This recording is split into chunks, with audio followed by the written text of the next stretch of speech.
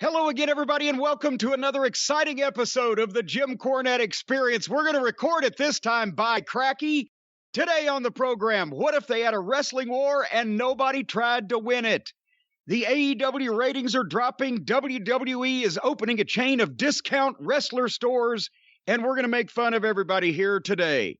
To join me, Hawaiian Brian, the podcasting lion, the king of the Arcadian Vanguard Podcast Network, Mr. Co-host to you, the world's largest retailer of wrestling-related audio, the great Brian Last, everybody. Aloha, Jim. A pleasure to be here once again, where our prices are insane! A throwback to the lost episode. You bastard, I thought you were fucking with me, or I thought it was fucking up again. You're fucking with me. I said too many fucks right at the start of the program for the YouTube people, didn't I? Well, bleep them out. We'll see. Looky here. If the people only knew. We are recording this program now on Saturday after trying on Friday for over an hour and getting about 10 minutes of usable audio. Because for some reason that we believe we have troubleshotted by this point, there was audio issues on the Skype machine, and we were already running late. And then, as I'd mentioned in what we tried to record yesterday, it was a sign from the podcast gods. I think we didn't do it yesterday because at the time we were trying to record to get the program out to the people was simultaneous with when my mother-in-law, Stacy's mom, was actually having the open heart surgery. And so I was distracted anyway, because I'm a professional worrier. I get that from Mama Cornette. I think I was more worried than she was. She's having the operation, Stacy's mom, and I'm the worried one. But I sometimes, Brian, I worry about not worrying about the things I should be worrying about. So I keep everything covered. But anyway, so we couldn't get this thing recorded. And finally, we just said, fuck it. We won't do it live. We'll do it Saturday.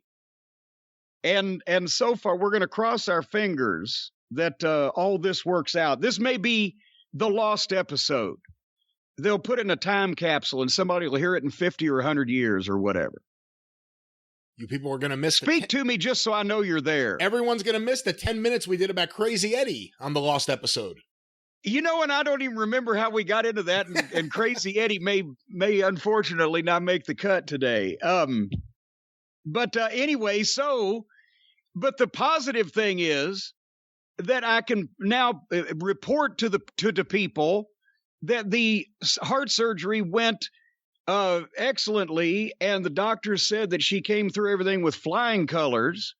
And today is the first day she can have visitors. Stacey's going to be reporting on that, but so everything went great. So now I'm in a better mood. Also, I got the chance, as we'll talk about later on, to see something on television I actually liked. So we're in a better mood today. We're positive. We got our fingers crossed. By Cracky, we're going to record this program. As long as I can hear you. Hello? As long as you can do that, yes. Yes. It just every once in a while, I'm still here, just in case, because I'm fucking shell shocked now from this thing. Anyway, and I want to apologize. Start of the program real quick. Merchandise update. I did not make my goal of shipping 200 packages this week. I almost got there, not just about 40 short, but we had a lot of things going on. I lost one of my shipping days with the airport run, but we're going to make up for it this coming week. And I'm kicking some ass on these, and a lot of figures are going out this week. I'm saying at least 300 figures going out this week. I appreciate everybody's patience, but we do, on the positive part of things, 900 plus orders have been fulfilled and around about 1,000 to go. So we're about halfway there. And I think I mentioned on, what's the last program we did? What is this show? The Experience? This is The Experience. The last show was the drive-thru. God, I'm shell-shocked. On the drive-thru, I mentioned that Australia and New Zealand, apparently because of COVID regulations, unless it's an overnight express package, they're not accepting that first-class mail at this point, but I've got a few of these packages on hold, and I'm waiting for the all clear from the post office. And also, Brian, have you checked out the big auction over at Heritage? Have you seen my beautiful cards on display there on the link that you can easily go to at jimcornette.com? I have not gone there, but I've been hearing these fascinating updates day to day, week by week about the beautiful cards that you indeed have. The gorgeous, the shiny, they are just, I'll tell you what did Tracy Smothers used to say? Prettier than a speckled pup, or prettier than a brand new Dodge truck with mud flaps. My Wrestling All-Stars 1982 and 1983 trading card sets, the highly collectible, sought after Wrestling All-Stars cards that have been in the vault for 40 years, are now on auction over at Heritage Auctions. And if I don't want to mention what the bidding is up to, and these are now honestly, not only are they from my personal collection, but also feature some of my photography, and they are have never been sold anywhere because I didn't even buy them. By the way, good old Norman Keitzer. He didn't pay well, but he gave you a lot of comps. So if you want to see the pictures, the ones that have been graded and or place a bid, I don't want to say, as I said, what the bidding is up to because I don't want to scare anybody off. But for these cards of this high grade and this magnitude, it's still within the realm of a great deal here so far as the bidding has progressed. Go to jimcornette.com and click on the banner on the homepage, and it'll take you straight to the page at Heritage Auctions where you can see them or get more information or bid or whatever the case may be. You know, I actually was just talking to Sheldon Goldberg about the cards not too long ago, and he told me that in the late 90s, Norm Keitzer was still really mad, and I can understand why, for various reasons, but specifically with the cards. Apparently, a shipment of the cards were sent to Vince McMahon, and he returned them because they featured stars outside of WWF. And this is in '83. This is before, he officially went to war with everyone. But he rejected those cards, and that's why Norman had even more than he anticipated. Yeah, see? And I'll tell you what, if Vince had the foresight to keep these cards with the value they have now, he'd be a multi-billionaire instead of just in the single billions. He'd have $12 or $13 billion now. Yeah, well, that was the way, because he was already, that's the year that he did the first magazine, right? Because he did his first, or was it 82? Well, no, 82 he bought the company, but no one knew it. But by 83, he started making the magazine moves, because the first thing he did was he tried to get Jeff Walton to run the magazine. He had tried to get Bill Apter, got turned down. Tried to get George Napolitano, that ended up in a lawsuit. And then he got Jeff Walton to come along, and Jeff tried to get Theo Ehret to come, but Vince wanted Theo Ehret to move to Connecticut, and Theo Ehret refused. And Jeff Walton actually didn't last too long. And he had been working with Norm Keitzer before then. And then Vince just, he was going to go out and do his own thing and not use any of the other photographers, but he went to everyone he knew first, like Apter and George, to try to get them. And then he just went at it on his own until he was desperate, and then he let other photographers shoot at ringside again. But then with the cards, Norm had been doing the WWF programs for the major arenas, Philly Spectrum, Madison Square Garden, Boston, etc., for years at that point. And I would assume that he believed that, Vince would like to sell these cards at the, at the matches or whatever. But would Vince have ever said, just do a set of cards of just my guys, or I'm not going to sell them beforehand? Or did he just assume that Norman was going to do a 36 card set of 36 guys from the WWF? Did he even have 36 guys at that point? I think Norman just assumed that his relationship with Vince Sr. would continue. He was doing all the programs. He was doing a lot of stuff with them. And it didn't. Vince wanted his own programs, his own magazines, his own everything. And I think it was 1985, he ended up doing cards with Topps, who has always been the biggest trading card company and will be up until a couple of years when they lose baseball. But he went to Topps, and Topps did the 85 set. They did the set in 87. And then after that, he went to a different card company. But it was all about just going off on your own. And a guy like Norm Keitzer, who had done a lot of business with Vince McMahon for years, was out in the cold. Hey, by 1985, he could do a 36-card set of WWF superstars. In 1982, Can you imagine what the bottom 10 would have looked like? Maybe the Conquistadors or Jose Luis Rivera. Anyway, speaking of Steve King, right there, a classic card that would be sought after today if it had sharp corners and proper centering. That's right. Speaking of Jose Luis Rivera, as no one was, and as a transition to get to this next plug that we actually have nothing in common with what we were talking about, the House of Kayfabe podcast. I make a rare appearance elsewhere outside the perimeter of our circle of trust here on the Cornette programming for the Cult of Cornette. But the reason for it is because our good friend Stephen P. New and his co-host Brian Don't Call Me Trent Reznor do the House of Kayfabe podcast at houseofkayfabe.com. And that show begins airing, drops, as they say, on Monday, November the 8th, this coming Monday. So we just wanted to remind everybody. And Stephen and I have a nice conversation, except whenever Brian interrupts us. He's the other Brian. Like the other white meat. I want what? White meat? You know, like those commercials, the other white meat. Well, Brian Reznor, Stephen's co-host, is the other Brian. Well, I don't know who that is, but I will say that I'm looking forward to this. I think this is finally the opportunity for Stephen P. New to really hold you to the line, just really question you about all the awful things you do and have done. What? No, that's not what this is. What? No, it's a very cordial conversation amongst good friends and hale and hearty fellows. A lot of positivity, a lot of jocularity. This was the perfect situation for an ambush. It was on Skype. All I'd have to do is hang up on him. What is it? Can't be a fucking like an intervention or something. Fuck you. Click. Boom.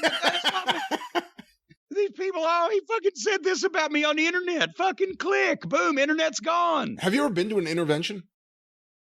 I've seen them on TV. They've got a fucking series called Intervention. Yeah, me too. I've only seen them on TV. I've never been to one. I've never been the subject of one. I've never been invited. I don't know that anybody giving someone an intervention would think that I might add positivity to that particular situation. I think you would. If someone was holding an intervention for, let's say, me, I don't have any problems, but let's say they were, and I walked into the room and I saw you sitting in a chair in a circle with a bunch of people, I would immediately smile. It would immediately make me go, oh, this can't be that bad. There's going to be a few laughs. And then I would immediately say, hey, I've had to come all the way up here to fucking New Jersey to help you get your shit together, and it's pissing me the fuck off. Do you realize what the traffic was like on that goddamn New Jersey turnpike and how long it took me to get here from that turnpike because you live way out in the woods, all because you can't keep your fucking life together, and all these people are sitting here meek as toast, not wanting to tell you that you're fucking up. They got to call me from Kentucky to come up here and tell you what a weaselly piece of shit you are and how you need to straighten your shit out. I ought to carry you over my shoulder to this fucking rehab facility or fucking whatever the fuck that you need to go to and hold you down by the hair until you straighten your shit out. See, this would totally be worth it. This would totally be worth it. And you would also turn me babyface in the middle of this. Everyone would be like, God damn, he's not that bad. He's up on Brian. He just sold our baby for crack. It's not like he did anything that bad. Who's this guy? Jesus, I've never seen him before. He's yelling at all of us. Are you the guy screaming? Yeah. Yeah, I was. And here's why, pal. But anyway, fortunately, you don't have to be intervened on. No. How did we get started talking about this? The House of Kayfabe. Oh, well, we're gonna intervene on that program this week on Monday, November the 8th, houseofkayfabe.com. It is how you can get there. And I have some serious messages to give out here. If you finish trying to divert this program into nonsense, I've been trying to keep up with the emails. We've been getting a lot of emails, not only to the show, to the drive-through or the experience here, also on my brand new, shiny new website, the contact form that I'm trying to get to everybody's emails just to read them at least. Please don't expect me to answer, but I'm behind on that. And here, did I tell you the rib on the Hotchkiss is fixing this? But when you contact me through the beautiful, shiny new JimCornette.com on the contact form, the contact page there where it says contact Jim, when I get the emails, it's like in the subject line, it just says Jim Cornette contact form. So I have 500 emails that all come from JimCornette.com at Jim Cornette contact form is the subject line. So it's like I have 500 identical emails until I read them. So I just start at the top and I keep clicking until Harley needs to take a piss, right? But anyway, I have several emails from some of the listeners, and I'm going to paraphrase a lot of these. I just want to recognize some folks. Juan wrote both you and I and said his grandfather passed away on September 9th, and he was having a hard time with that, as you would expect. But then the one of the recent Code Academy spots came on, and it helped him, deal with what he was going through, not only hearing me try to muddle my way through understanding what it was, but he says, cringing in the background was the quote. That was when we talked about sometimes things are set on fire at those meetings, and he wanted to attend one of the meetings. But anyway, Juan, we're sorry and our condolences on the loss of your grandfather, but hopefully we do we have Code Academy today? We'll see what we can do, Juan. Also, Parker emailed us and said, I recently graduated from my state's largest university with my bachelor's degree back in December of last year, and now I'm having a hard time deciding on what I'm really supposed to do with my life. He said he's had some issues with anxiety and depression. Parker, you just graduated from your state's largest university with a bachelor's degree. How many people walking around at the mall do you think actually have done that? Parker, you've already out-achieved, 80% of the people out there. So have your confidence and it'll work out because you've gone through the hardest part of school, which is graduating, right? So now it's all downhill or is it uphill from here, Brian? Or which direction is it from here for Parker? It's all uphill, but without any effort. What I mean is you don't want to walk up the hill according to the laws of Jim Cornette. You want someone to push you up the hill or possibly drive you up the hill, but it's going uphill. Yeah, Parker, that's what you've got to look forward to. Don't be depressed. You're going to be driven up a hill. I guess it doesn't work when you phrase it like that. Yeah, they'll be driven up a hill. They'll be carrying torches and pitchforks, and there'll be a bag of feathers.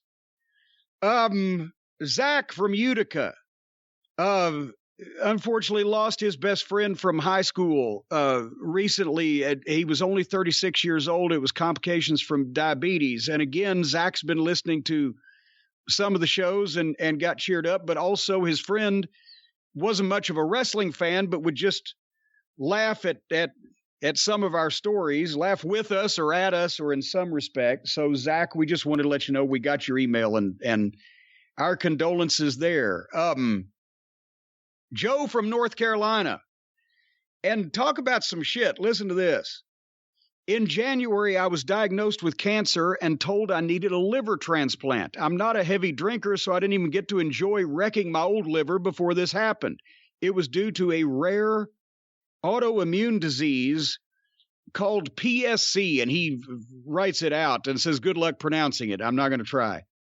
Which is normally not detected in folks until they're at least in their 50s. I'm only 37, and apparently he was in such good health before this, he didn't even have a primary care doctor. But now he's facing life-altering surgery, doesn't know how he's going to pay for it, and how obviously his body will accept a brand new liver, and he's on the list for livers. If anybody's got any extra livers, Joe from North Carolina said, email us here at the program. And if you've got it in a cooler, I'm playing with you, Joe, because you like our program, so you knew you were going to get this. But Anyway, Joe's on chemotherapy. He's waiting for the call for a new liver, and he listens to the podcast almost every day, which makes him miss, good wrestling that he grew up on. And he's from North Carolina, so he had the best. But anyway, Joe, we're thinking about you. And once again, email us at the program if anybody's got any spare liver. And Nick, also from North Carolina, is something about them Carolina boys.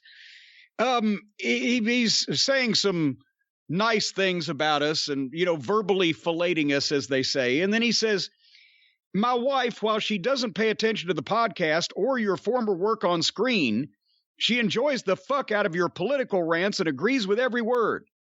With that said, as a partial anniversary gift, because I'm cheap, could you wish her a happy 1-year wedding anniversary as well as give us some marriage advice going forward? Brian, do you know what Nick didn't tell me? I don't know, and I'm afraid of what advice you're about to give him. Well, he didn't tell me what his wife's name is. How am I supposed to wish her a happy 1-year anniversary to Nick and Mrs. Nick? What is her name? Here's my advice, Nick. Learn her fucking name. You should have had that done after the 3rd or 4th date or the 2nd round of sex. I feel bad for her. Why is he so cheap? Well, he's obviously so cheap. He's never had anything monogrammed. So, Nick, my marital advice to you is learn her name. And my marital advice to Nick's unnamed wife is to get a divorce. Find a man with some money. Take you out on the town, treat you right. Not like Nick. Now wait, you're a married man. Why are you flirting with this woman, this unnamed woman? I treat my wife will never call me cheap. It's the opposite. Treat all your girlfriends good too, right? That's right. Everyone's happy. Everyone's in their place and everyone's happy. I didn't know you were. Are you? I was going to say, are you Amish or Mormon? Which one of them? Which one's allowed to just spread their seed willy-nilly everywhere with multiple women? How is God okay with that when God's against abortion for everybody else? Well, technically, when God's okay with just this willy-nilly spreading of the seed to multiple women under the blessing of holy and vicious matrimony? I believe that's actually the official name for it, willy-nilly. But I think that it was the Mormons that you're speaking of, but I could be wrong, but I believe the Church of Jesus Christ of Latter-day Saints no longer actually endorses or has anything to do with polygamy. I may be wrong, though. Pulling what? Polygamy. Well. Pulling what?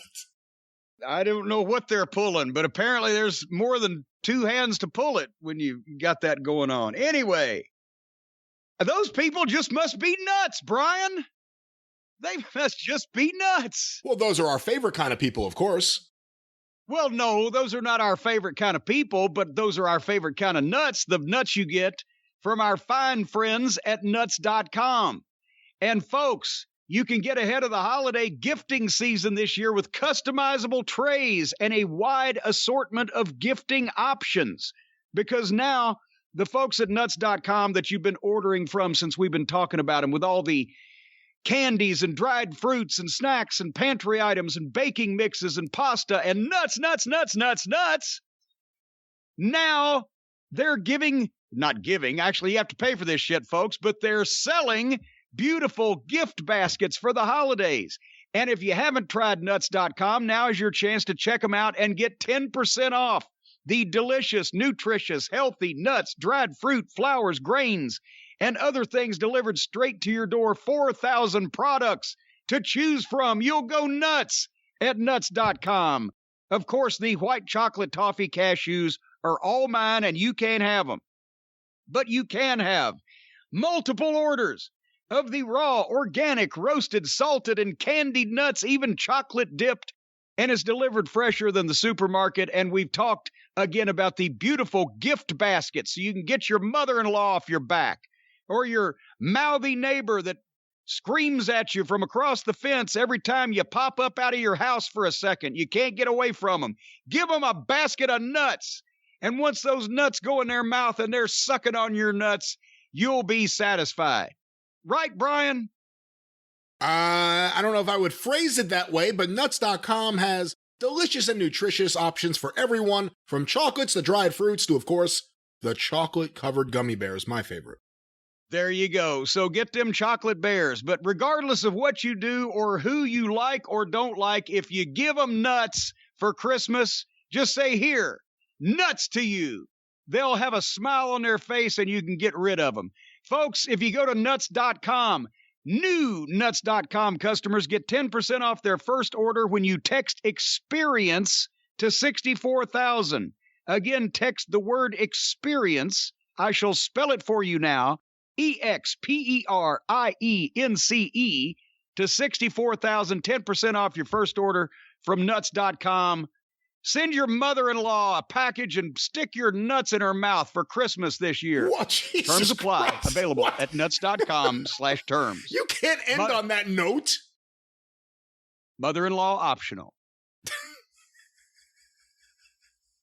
Right. Haven't you ever wanted to just stick your nuts in your mother-in-law's mouth and tell her to chew on them? I'm very lucky. I have a very good family of in-laws. But Well, then you should want to give them some nut fine products from nuts.com and make their holidays. Did you hear the big news that was announced somewhere? Somebody tweeted the article, so I don't even know where it was because I've lost that. But Sabu has announced his in-ring retirement. I had not heard that, no. And I just wanted to recognize that because Sabu's a legendary figure in the modern day wrestling scene, but I'm wondering when he was going to announce this, because he's 57.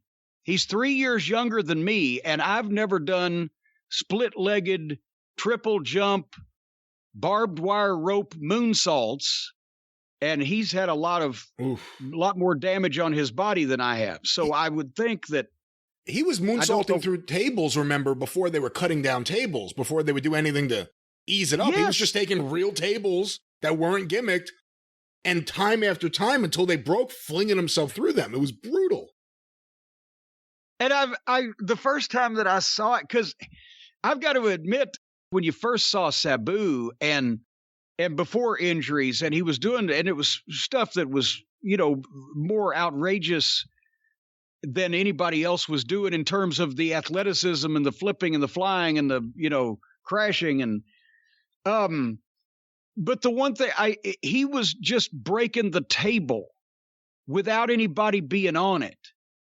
And I know it was because he was crazy, but I just wondered, why is he mad at the table? What did the table do to him? But anyway, no, I don't know. Has he wrestled recently over the past few years? Because I had heard he'd had an injury or some type of surgery a while back. I can't remember the last time I heard him working. Obviously there was a pandemic going on, and I did hear about his girlfriend unfortunately passed away a few months back. Melissa. Genie. Yeah. Melissa Coates, who's spent a lot of time at OVW. What a sweet girl she was. But can I ask you a question about Sabu? I mean, I'm sure this probably wouldn't be fun for him and not what he wanted to do, but if he really did want to continue in the ring and continue in the business, is it crazy to think he could wrestle like his uncle and not do the moonsaults and not do any of that stuff, but go out there and just be a crazy-looking guy in a turban stabbing people? Well, see, that's what I was going to say is Sabu, the reason why I was surprised that he announced his retirement now and he's 57 is because I thought that he probably already had quit a few years ago, and with the pandemic, as you said, obviously. But you can't, that's one thing that a lot of these guys are going to realize later on. You can't be that person past a certain age, and Sabu, with all his injuries, I probably pressed right up against the boundary of the age you could still do that last time he was doing it. And the Sheik never did that. The Sheik could still do the Sheik when he was 60 like he could when he was 40. It was a little bit different appearance, but you still had the aura and the reputation by then. But the guys who do high flying, high risk, basically just risky stuff like that, you've got your clock is ticking. So I would have thought that maybe if Sabu wanted to transition into a style like that, he would have done it the last several years that he was really actively wrestling on a semi-regular basis. But maybe he just wanted to be Sabu, as long as he could. But yeah, the Sheik, until pretty much the end, he could do what the Sheik did because it was all about just violence and chaos and the aura that he had and stabbing people and or bashing them with objects, but not in a cooperative way like they do in garbage wrestling, but where the whole idea was that he's trying to start a riot by convincing people that he's fucking pretty much attempting to murder somebody. And it worked for 40 years. I saw it live on numerous occasions, grown men running from the Sheik if he fucking did that toward him. Jumping over chairs, as a matter of fact.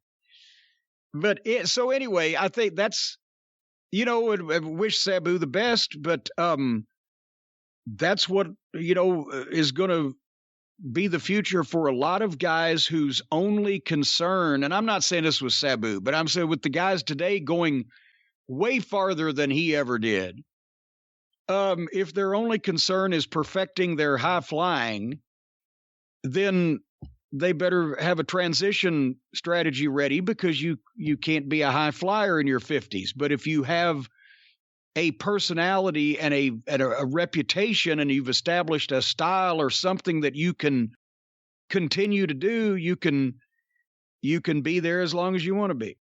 And in terms of legacy, in those early days of ECW under Paul Heyman, before anyone cared about Tommy Dreamer or the Sandman or any of the homegrown talent, the two reasons that tape traders or people like me were excited about ECW were Terry Funk and Sabu. Those were the two reasons. And maybe eventually the curiosity to see Shane Douglas curse, because that was a novelty at the time. But it was Sabu and Terry Funk. That's like when you first heard, Bob Saget do his stand-up instead of being the jovial fellow on fucking Tool Time or whatever. But yeah, they got a lot of attention. And if you notice, everybody of all of the ECW top guys, you mentioned Sabu and Terry Funk, and then what's Shane Douglas going to say, etc. Everybody completely different.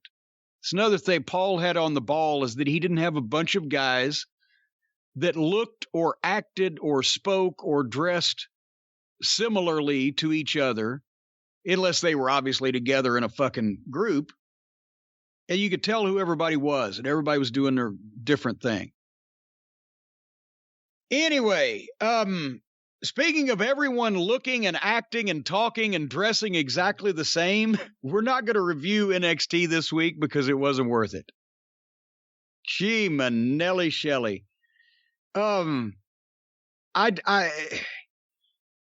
don't know what they expect to get out of that program now, because if they're going to do that, why don't they just do a developmental television program at the Performance Center and put it on TV in Orlando and Tampa and run some spot shows around there to get the guys some experience, and take the national television time they have on the USA Network and attempt to do something with it that might push their main roster talent, which needs all the help that it can possibly get.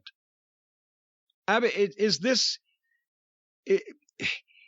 a productive endeavor to give a substandard television show with talent that's so green they're phosphorescent in some cases, and put them on national TV before they're ready to be seen in regional syndication? What do you think?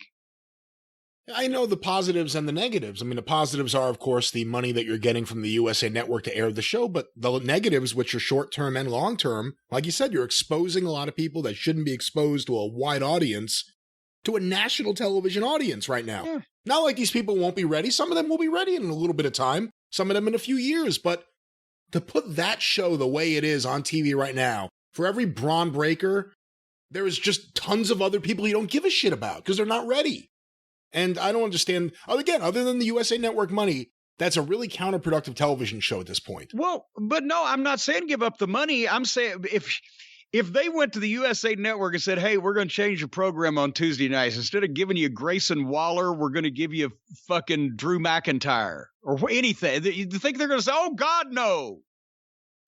No, I'm talking about bring that block of television time into the main roster fold some kind of way with guys that are on your main roster that you're not.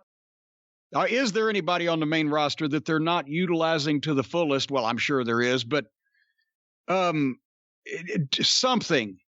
Because here's the when OVW was running the developmental program, the attitude from the office was they didn't want us to be on television anywhere except in our territory. To the point where, because Bill Behrens was going to syndicate us at one point for the per inquiry spots, the 1-800 buy this shit. You get a check when somebody calls it up, blah, blah, blah. And they, oh no, we don't want people to see Randy Orton. We don't want people to see John Cena until they're ready. Well, they were better at that point than half these guys are on NXT now, and they put them on the USA Network on purpose. And so they've completely revised their internal thinking. It does a disservice to a lot of the guys if they're seen before they're ready, because people in their minds form an opinion of them. I've been watching wrestling fans, smart fans, and regular fans for almost 50 years in person. And I remember what it was like when I was one. When, that's why the territory system helped foster growth of talent, because whenever a guy would start out in a territory and you saw him from when he was a rookie and he was green and he's klutzy and he couldn't get his shit together because he's 19 years old or whatever. I saw Terry Gordy when he just turned 16 and he was the shits. But when you see guys like that, you form an opinion of them in your mind. So the guys that started in a territory, until they left and went away, they never got over. Now, there were exceptions. That Danny Hodge, he was Olympic gold medalist. Danny Hodge was never a fucking klutz, or not silver medalist. It was never a klutz. And he was the fucking baddest ass in the NCAA. But Tommy Rich, it took him they had to shove him over because he had 2 left feet when he started. And he teamed with Tojo. And it was just, he was the baby face that got the shit kicked out of him. But then finally they started using him, but then he went to Atlanta and became the hottest baby face in the business because nobody'd seen him and he'd had 5 years experience or 4 or whatever it was. A lot of times the territories, a guy would get started in his home territory or wherever he broke in, and then he would be sent out or go away or get booked somewhere else and come back a couple of years later, bigger or with more hair or a different gimmick or grown up in some kind of way. And even then, guys, Ricky Morton and Robert Gibson never drew money in the one territory that they both started in, the Memphis territory. They worked there many times. They were used well. But if you talk about great money drawing tag teams in wrestling, in Memphis, they didn't draw like the Fabs. They didn't draw like Tojo Yamamoto and Jerry Jarrett, because the people there had seen them since they started in their very first matches, and it just didn't click. But everywhere else, they dwarfed those other teams. And there's similar examples of that. So the point I'm making is, no, we didn't want OVW television to be on national cable TV because it would have done a disservice to the guys that were training. We tried to get international clearances where we get paid some money for it, and they didn't want us to do that in the office, so they paid us some money to turn down the deal that we had. And we wanted to get on the Channel Americas, the weak stations of the world, for the commercial income. They didn't want us to do that because they didn't want the guys to be seen. Okay, so pay us a little extra money. But no, Braun Breaker's bulletproof. He's got such... It's all about the charisma. There's been guys with as good or better bodies, even though his is great. There's been guys good or better athletes. They've recruited people from the NFL and all kinds of sports. There's been guys that can talk better. But nobody has that package plus the genealogy and the bloodline and just the natural charisma, what he does with it, and the idea that he's already got of wrestling from watching his dad and knowing what to do, because you can see him doing the same things his dad used to do when he was a rookie. So he's almost bulletproof. He's ready to be seen now, although it sure would be great if he'd been somewhere, as we mentioned, working West Texas for a year and a half. Nobody knew he was there, and then he comes in now in a year and a half from now, how good's he going to be? And that's the first time you see him. Nevertheless, most guys aren't bulletproof when they're just starting out and they're green and they're young and whatever. So this is a big show for a lot of these people to be on, and I guess I've read they're trying to the Toxic Attraction, Mandy Rose and Gigi Allen and Jane Wayne Gacy, for the young men. They're going to try to push them as one of the top. I mean, the young men, can't you just get on PornTube or whatever if you're that wanting to see attractive women approximately your own age? If you want to see a wrestling program, wasn't the Undisputed Era probably tops with younger guys because they were young guys that were doing cool shit? All the stuff that I saw in wrestling as a kid that made me say, oh, this looks so cool. When you see Roddy Piper and Ric Flair there, you're like, oh, these guys look like they're having the greatest time. I wish I had friends like that. I wish I was their friend. That's one of the things that wrestling loses. It's one of the things AEW does better than WWE, because they let guys talk naturally and be themselves a little bit, good or bad, is that you need relatable heels that you could boo. You need relatable heels sometimes that you end up wanting to be like.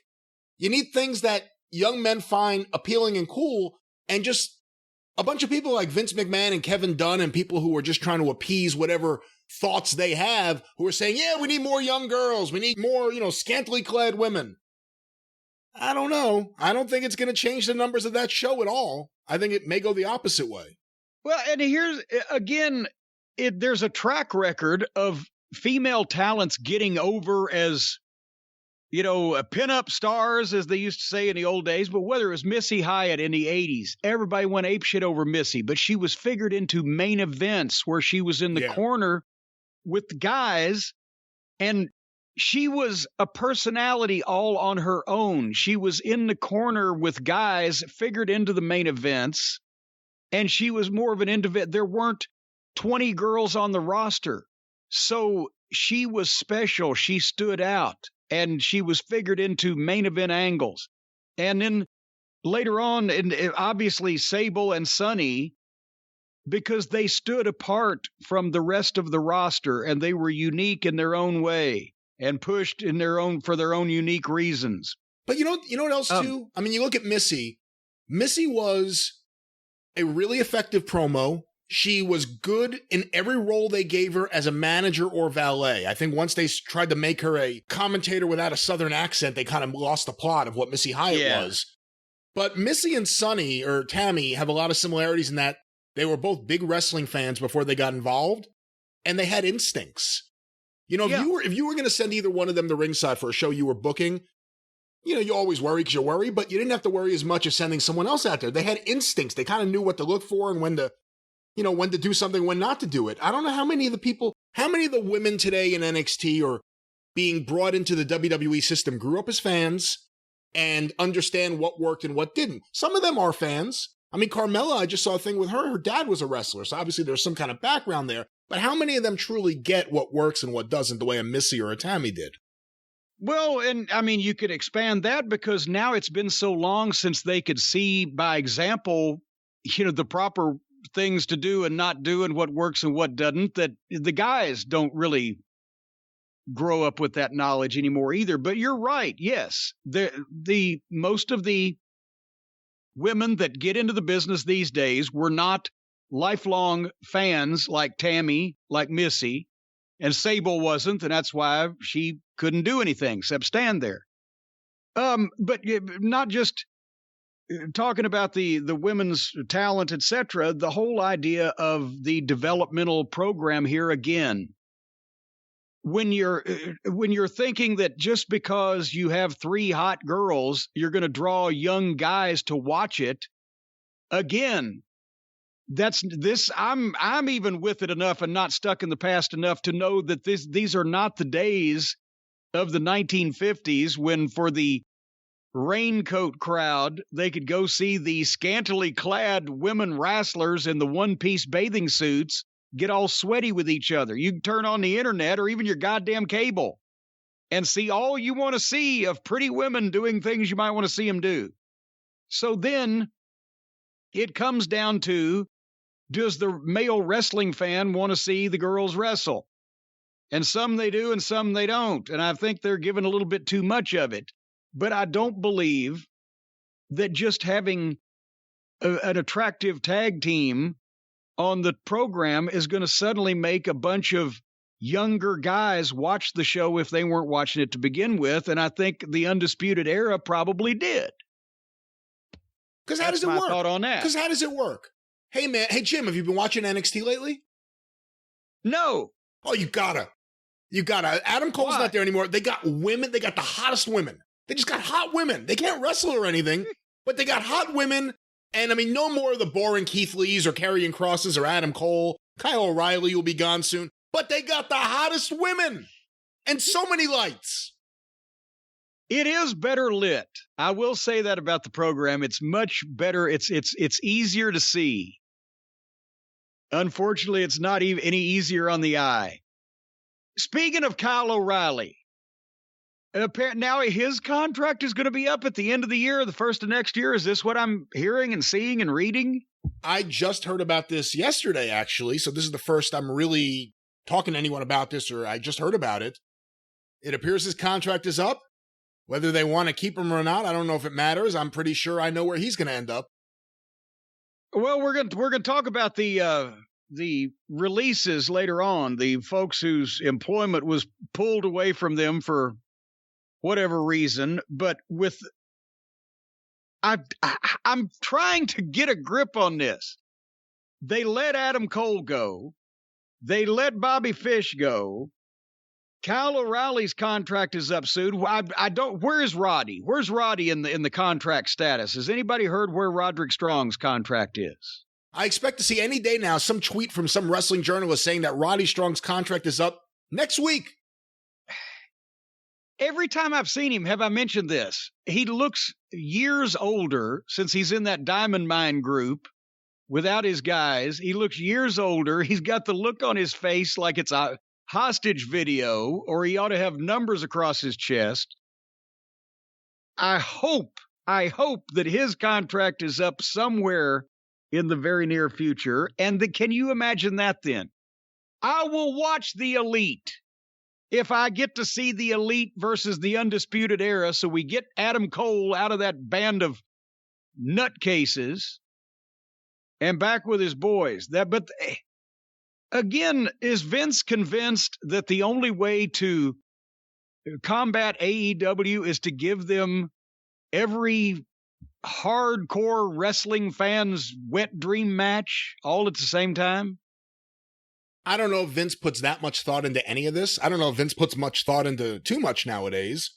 But I'm sure the people advising Vince are telling him that he wouldn't lose too much with Roddy because he's a smaller guy and he wouldn't fit in on the main roster with the thoughts and visions of an 80-year-old Vince McMahon. However, I do want to ask you about what you just said.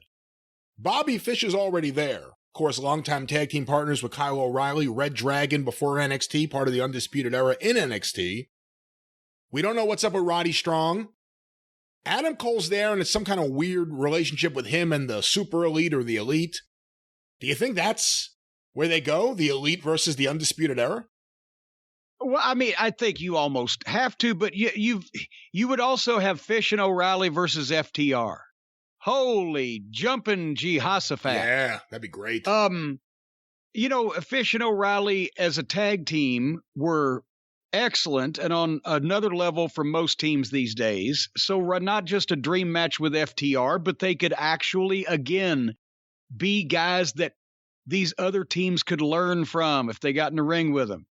as all four guys against, the Hardley Boys, Twinkle Toes, and they could find some other schlub.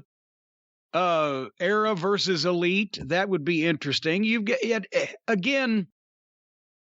got all kinds of different combinations, and it's been proven that anytime somebody goes from one side to the other, basically from WWE to AEW, they're instantly more over to the AEW audience because that audience has seen these guys held down, pissed off, their talent wasted, given goofy gimmicks, whatever the case, and they feel like they've finally been sprung from Alcatraz, from Devil's Island, and Ruby Soho, and they welcome them with open arms over in All Friends Wrestling, where everybody's friendly.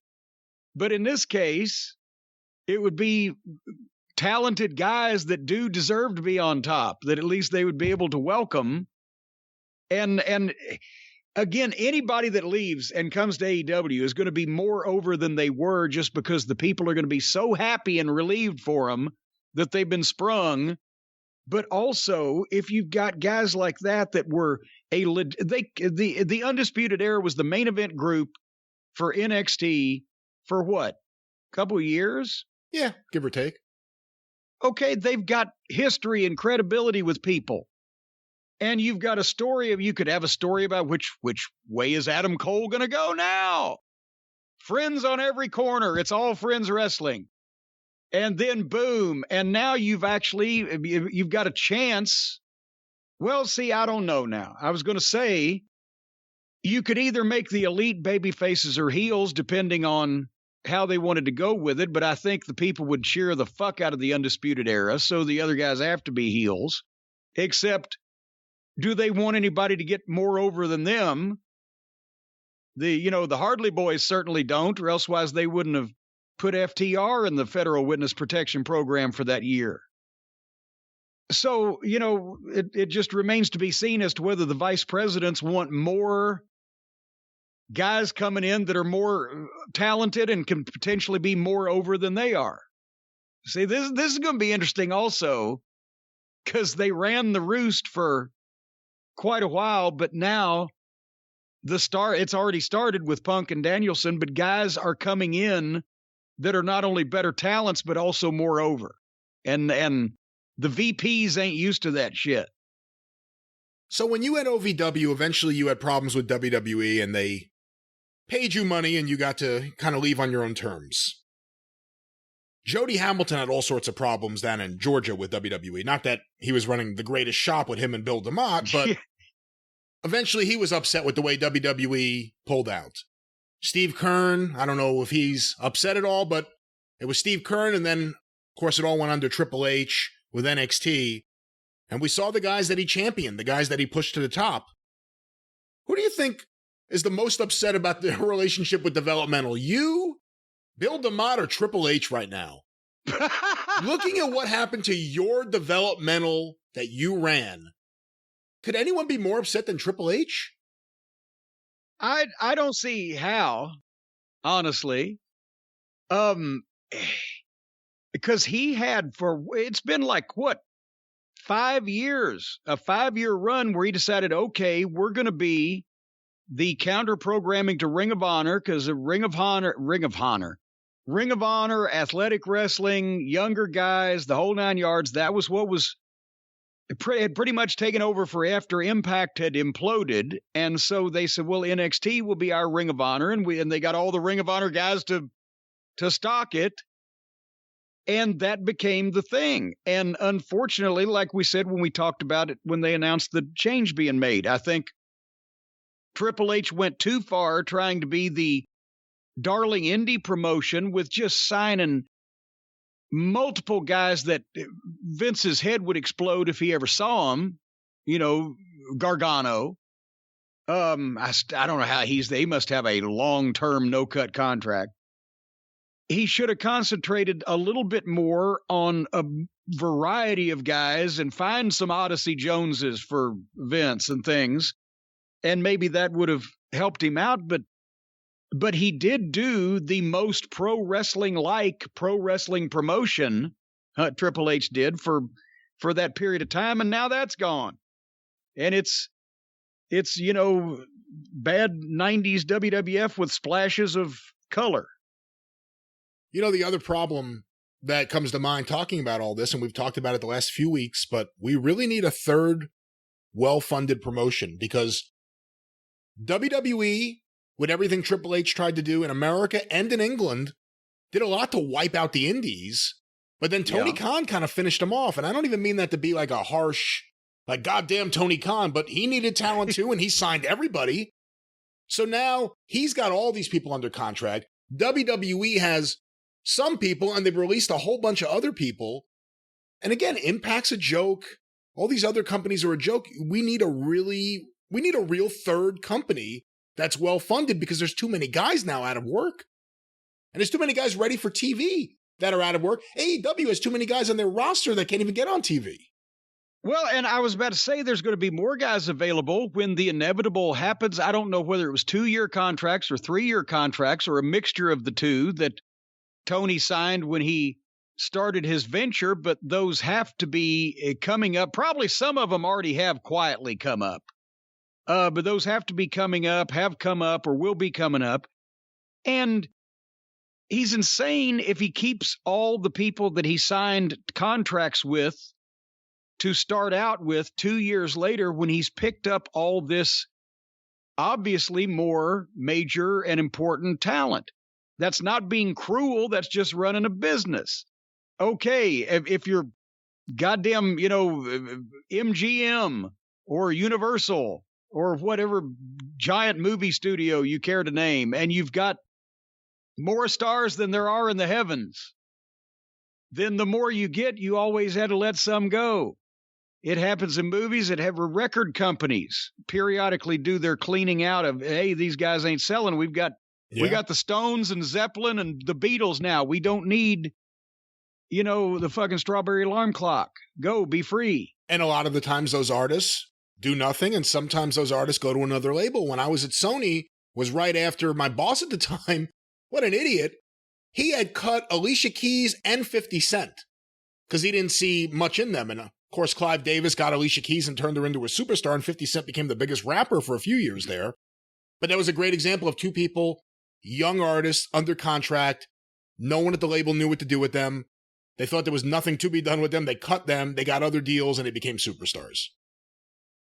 And unfortunately, it's probably not going to happen to most of the people that Tony's going to have to release every once in a while. Because, we're talking about the people that are on the YouTube shows, if that, or whatever, that he's obviously been honorable and kept his commitment to. But gee, Mini Pete, spare prick at the wedding, screen door on a submarine, unnecessary baggage at this point, and you got to rotate your talent.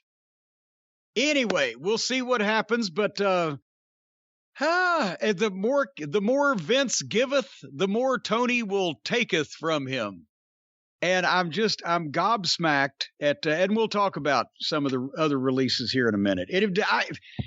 I mentioned something day before yesterday on the telephone when we talked, and you hadn't heard about it, and I wish that we had been recording then to get your reaction, because you're like, what? I live here in New Jersey. I didn't know about this. I told you, have you researched the exploding ring match that Onita had in your Garden State there yet, or I have are not. You still ignorant of this? I'm still ignorant of this, and for the record, I think us here in northern New Jersey don't really have too much to do with whatever happens on the fields wherever this was. I have no idea what happened or where it happened.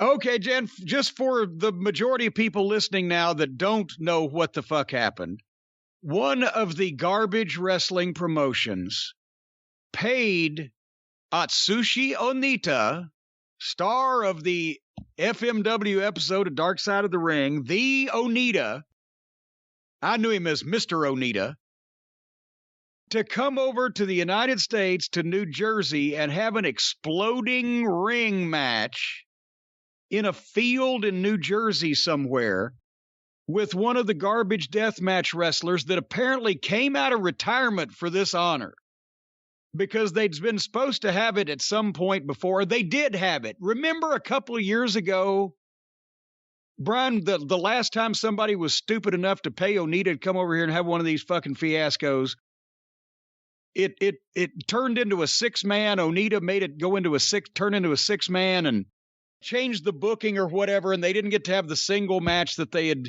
It was a big drama. Well, this long-awaited singles match between this garbage wrestler and Mr. Onita finally took place, and the garbage wrestler came out of retirement for this honor to get in the ring with his idol, his hero.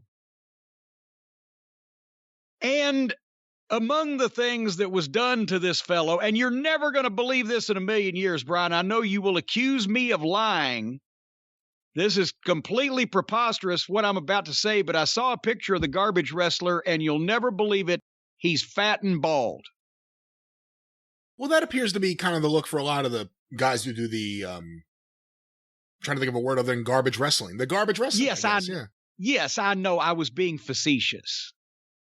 there. This is the fat, bald garbage guy. What Onita did to him was he hit him in the head with an exploding bat. They set the canvas on fire, I guess, and rolled around in that. And apparently he also had the guy take a bump they did the boards on the outside of the ring like they did in Japan 20 years ago or whatever, where when you fall on those, the big explosion goes off. And then they shot fireworks off all over the place, and the whole thing was enveloped in a cloud of smoke. Guess how many people they drew? I don't know. I just want to say I did look it up. I don't see the crowd attendance here, but it was in Trenton, New Jersey. That is the state capital. That's the state capital? That's the state capital. Well, but it's still New Jersey, so that's like being the nicest guy in prison. How many people? This was on a field in Trenton, the Trenton Thunder Ballpark. So that's a ballpark. It was actually a real. I thought they just had it in a field like they have the other garbage wrestling up there. According to this article from Wrestling Inc., it was the Destiny event for H2O Wrestling. Why would they call their wrestling company that? At Trenton, the guy was just lit on fire. The name of the company's H2O Wrestling? Water Wrestling? It was at the Trenton Thunder Ballpark in Trenton, New Jersey. Maybe they should have called it Rock, Paper, Scissors Wrestling.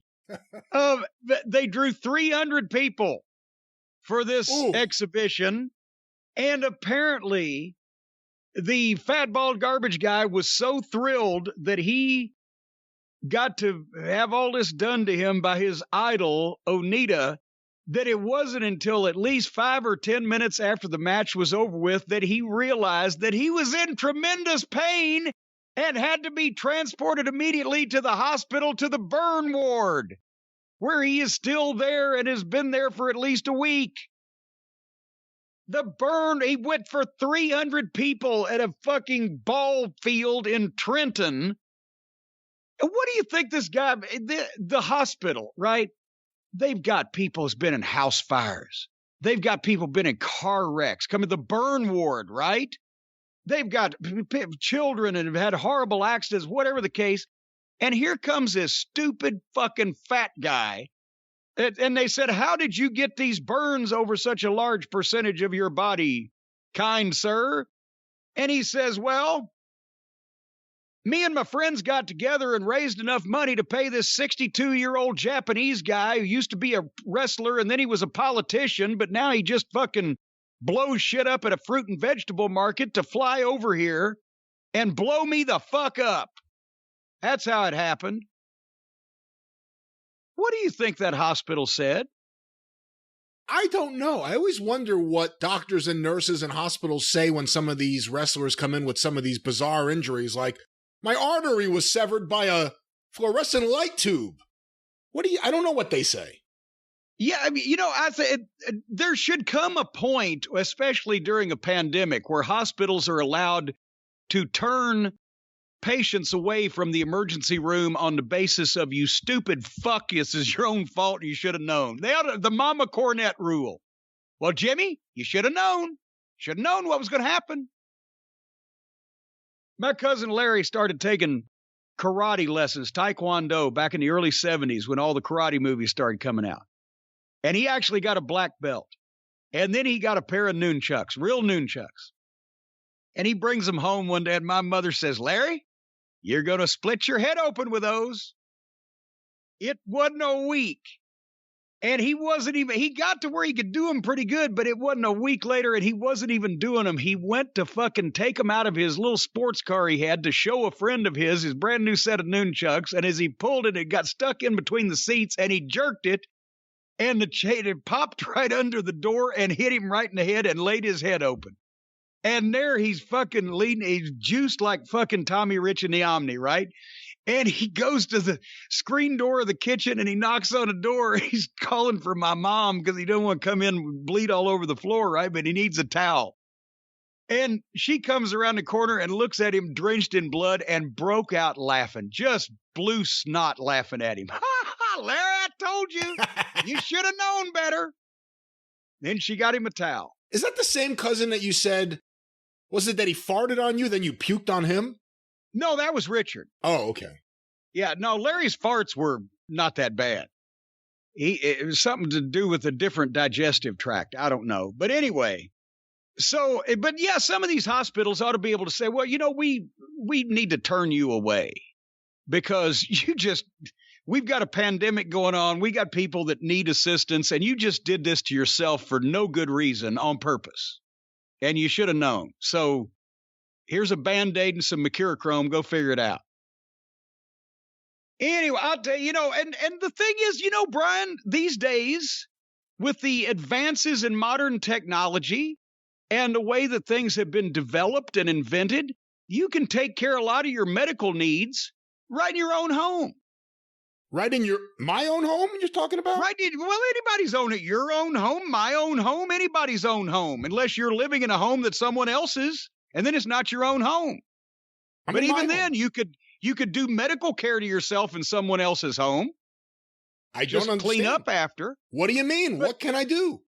Well, for one thing, we've talked about our bad backs. I had the bad back in August, hurt myself. You've had the bad back. Well, our friends at Home Medics, our brand new sponsors, we just talked about them on the drive-thru a few days ago. Our friends at Home Medics have amazing equipment to help you keep your back and your feet in perfect condition and feeling better. And if something's annoying you like body pain and soreness and sore feet or whatever, well, the folks at Home Medics can fix it. Home Medics is a Detroit family founded Home Medics in 1987. As we mentioned, it was Frank and Beulah Ho. And Home Medics was founded to help make people's lives better. And today they're the established leader in wellness and home health innovations backed by traditional wisdom and modern technology. And they've got an A+ Better Business Bureau rating, so they are a brand that you can rely on. They're very, very trustworthy, Brian, the folks at home. And by the way, it's not Ho Medics like it's written, because then that would be, as we've mentioned, medical care for people of ill repute. No. It would be the opposite. It would be the opposite, I think. I think it would be like if The Godfather started a medical service, Ho Medics would be if he had his hoes being the nurses. Well, and there's something to be said for that. We'll explore at a later date because, as we've mentioned, limping ain't easy. But anyway, if your back's been bothering you or your feet have been bothering you, they've got the foot massagers. They've got a whole line of massage products. They've got a massage gun with built-in hot and cold technology, a massage cushion for your back that lets you lie down or sit up depending on what you need. They've got the 3-in-1 foot massager.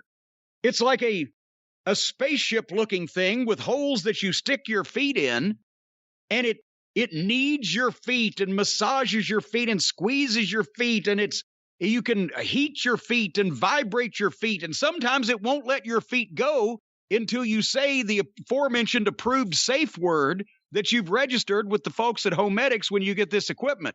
You will be able to get your feet out of there. No. You will be able to get your feet in and out of this with ease, and it will also massage your feet and make them feel great. Yes, with ease, or whatever safe word you want. If ease is the safe word you want to register, then that's fine. And also on this massage cushion, when you're massaging your back, boy, howdy, I'll tell you what, you can put it on the floor and lay down. I plugged it into a wall outlet that has one of those dimmer switches on it.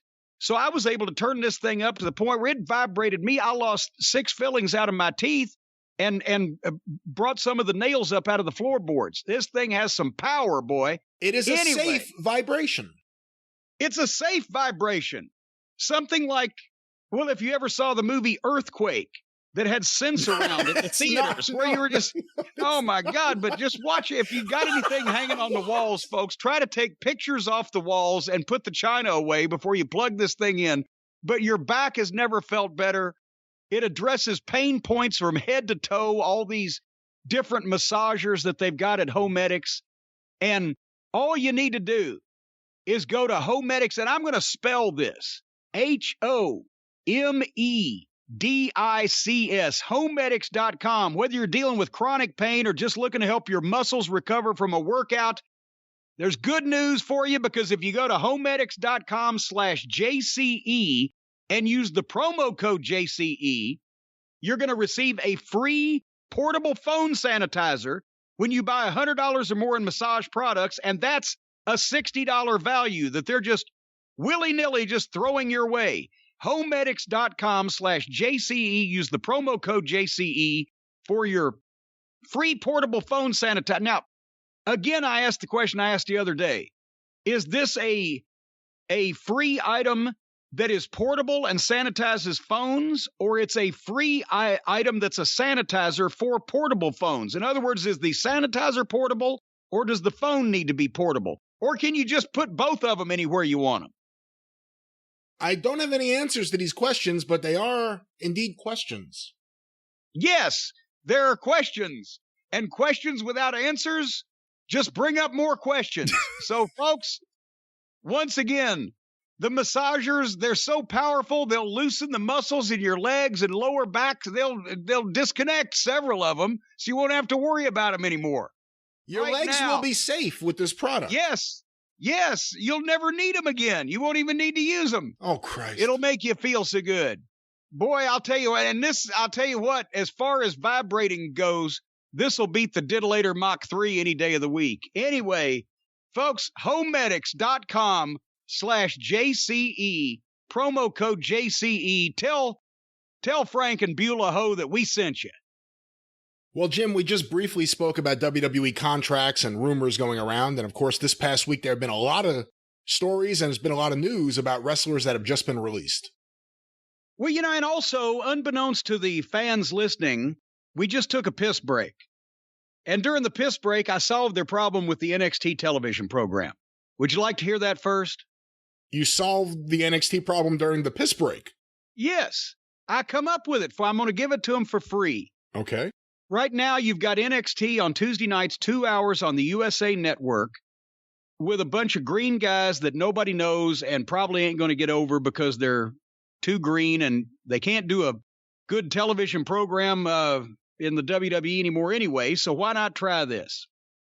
Why not, since they've got two brands, Raw and SmackDown, make the Tuesday night show, they used to do a show called Wrestling Challenge. We'll make it WWE Challenge.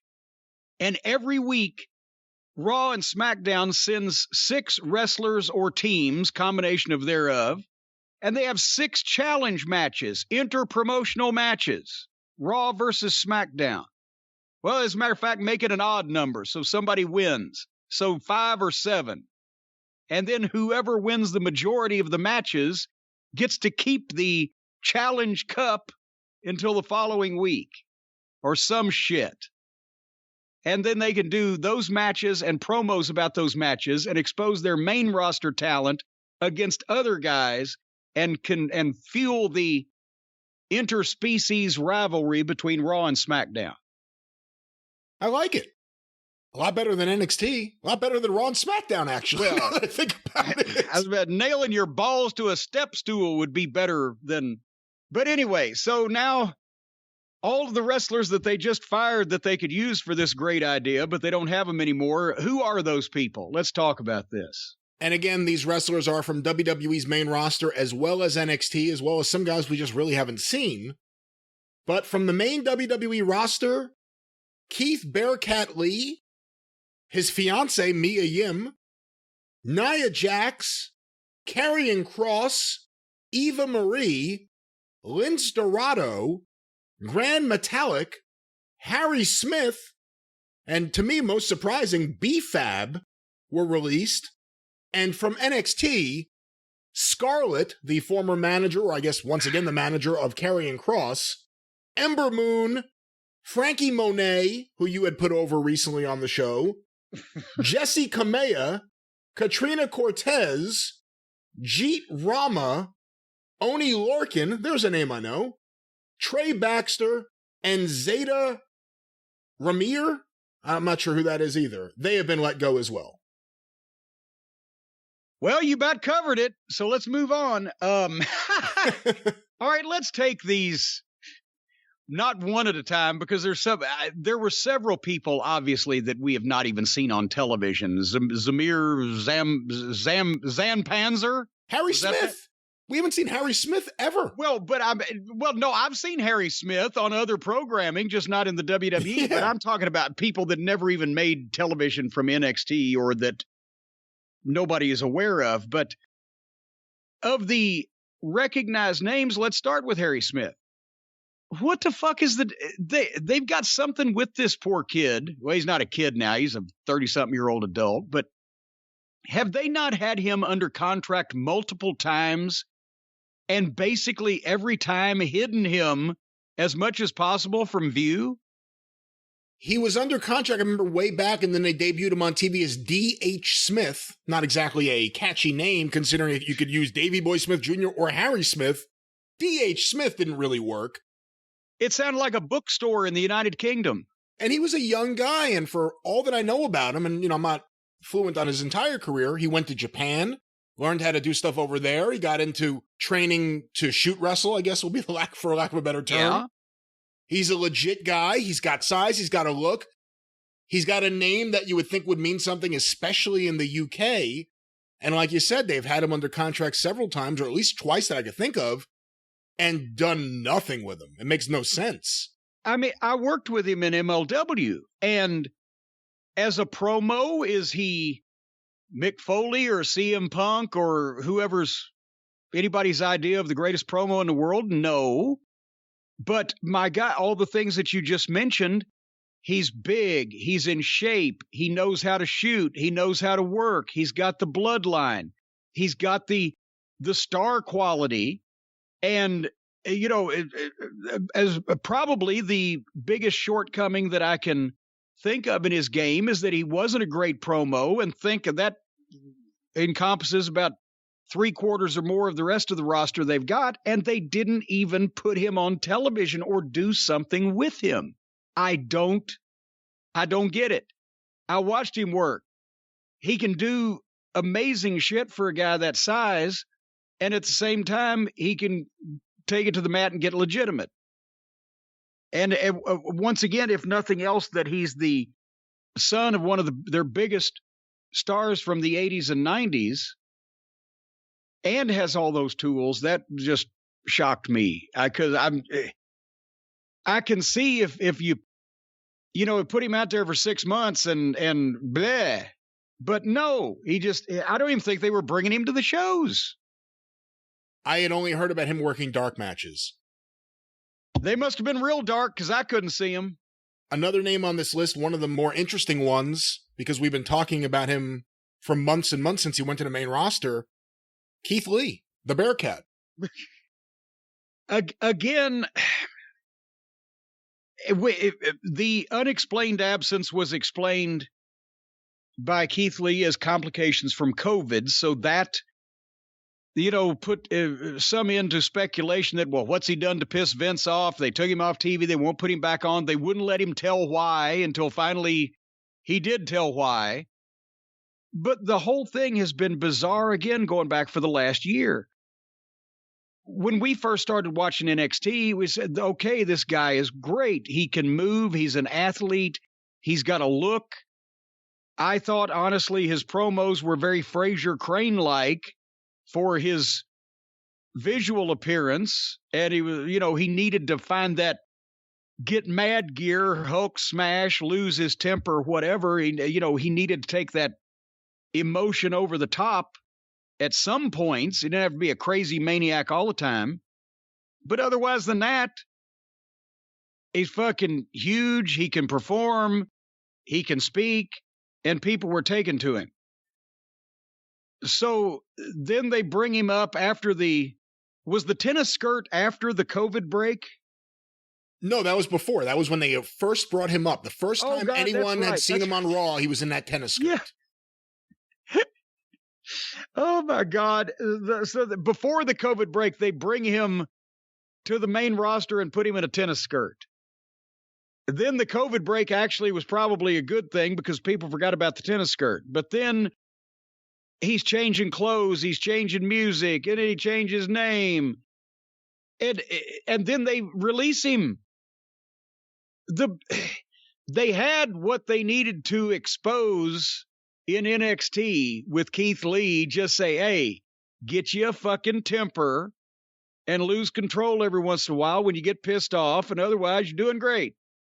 But instead, they changed everything and then decided, well, none of that works, so let's fire him. As a person who has given guys gimmicks or changed guys gimmicks or just booked guys in general, I don't know why any of these things were done. Can't explain it. I can explain it. Please do. You have an 80-year-old demented man with a couple of stooges doing what they think will pacify him and at least do a bunch of crap, like taking a really talented big guy, which everyone wants, and ruining him time after time after time. And I really hope Bearcat doesn't follow him around like the fucking Rooster Chant did Terry Taylor. Because it was so stupid and so misguided. And Keith Lee and Karrion Kross, more than even Adam Cole, those two guys are the biggest indictment on developmental in 2021. The fact that those two guys were just ruined by Vince McMahon. Ruined, I say. People complain about how I say whip. Let's talk about Karrion Kross, and let's group Scarlett Bordeaux in with Karrion Kross like she should be. I saw that they had released Scarlett on the announcement on the internet before I saw Kross, and I thought, my God, now he's doomed. They fired her. He's not getting her at all. Fortunately, he's not doomed because he's going with her. But again, everything that I've ever known Vince McMahon to like, grand entrances, they had it. Fucking sexy woman, they had it. Badass looking big guy, they had it. And they changed it all. After they did it, after they showed it on television, and after they recorded the entrance so she could lip sync and the lighting and the whole 9 yards. I mean, let's face it, the entrance was the best part of the whole thing, but he ain't that bad. Again, when we're judging by the other talents that are currently on the roster and on the shows and etc., Karrion Kross was not out of place. Not until they put him in the fucking S&M outfit and, took his girlfriend away and beat him with a part-time legend babyface in a minute and a half, the first time people saw him on Raw, and with some plot to get his win back the next week that didn't happen because Jeff Hardy got COVID. And then they just decided, well, we'll just beat him once in a while and let him win once in a while. And there you go. And Scarlett disappeared in general. And, now somebody has been saying that vaccination status played a part in some of these releases. The rumor is that vaccine status played a part in the Nia Jax release, but that's just a rumor. We don't know for sure. And we'll get to her in a second. But what I was going to say is the only possible explanation that I can come up with without knowing and being in a vacuum here and speculating, and this is speculation. Is there any other reason why you would have let Karrion Kross and Scarlett Bordeaux go unless that they just wouldn't get vaccinated? But then that doesn't explain why they took Scarlett off television long ago and we haven't seen her with Cross. Who did they piss off? What could they have done for them to just say, well, let's just take these two apart, even though they're a real couple, and we've already established it. Let's just break these two up. We'll hide her. We want sexy women on our show, but we'll hide her, and we'll make him look like an idiot. And what else? I don't understand. That's the only thing I can think of is, and again, they're not only a traveling entertainment company in this country, but they're an international, global traveling company. So yes, if you don't want to get vaccinated, I guess you don't want to work there. It shouldn't be an issue. You want to work there, you want to go on these tours, you want to be in crowds. They've got money tied up in the promotion of these cards and these guys. They can't have people not only out sick with COVID, but also quarantined. So what the fuck? Same thing as you got your kid vaccinated for measles before he gets to go to school. So I have no sympathy whatsoever for anybody that believes this crackpot bullshit from the right-wing lunatics and doesn't want to get vaccinated for their job, where they have to be around people. If they don't want to think about themselves, think about the people you got to be around. But if that ain't it with Cross and Scarlett, then I don't know. Yeah, I'm not sure. I mean, the other thing is they were signed by Triple H. They were kind of the last of the Triple H top people in NXT. And Triple H is a non-entity right now. Who's going to be the person to go to bat for them? Bruce Pritchard doesn't believe anything except what he thinks Vince McMahon believes. Johnny Ace has nothing that he brings to the table. He's a talentless executive who's stuck in the wrestling business because it's all he's ever done. He could never be an executive in any other field of entertainment or business. So you have Vince McMahon with a couple of talentless stooges who are trying to appease a demented old man. That was supposed to be Triple H. That was supposed to be Triple H's job. Triple H was supposed to be the one holding the old man's hand. Hold on one second. I'm just looking something up. Hold on. I'll be right there. There we go. DEM. Oh, demented. Let's see.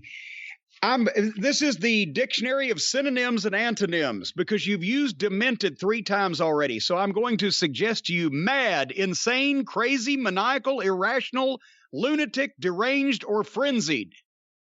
Nail on the head. Well, just use any of those in the future instead of demented. Oh, you're saying don't use demented. You've used demented too many times. I just gave you 8 or 9 synonyms. Crazy. Maniacal. Mad. Irrational. Lunatic. I like this Irrational. Anyway.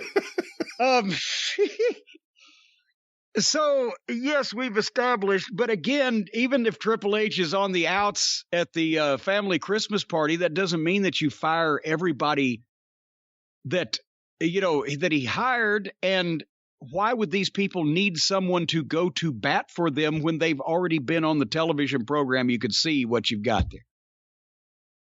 It's just, I don't know. Who else was there? Well, we just said the name before, Nia Jax. That's one of the big ones. So you mean to tell me that it took her vaccination status to bring this day about?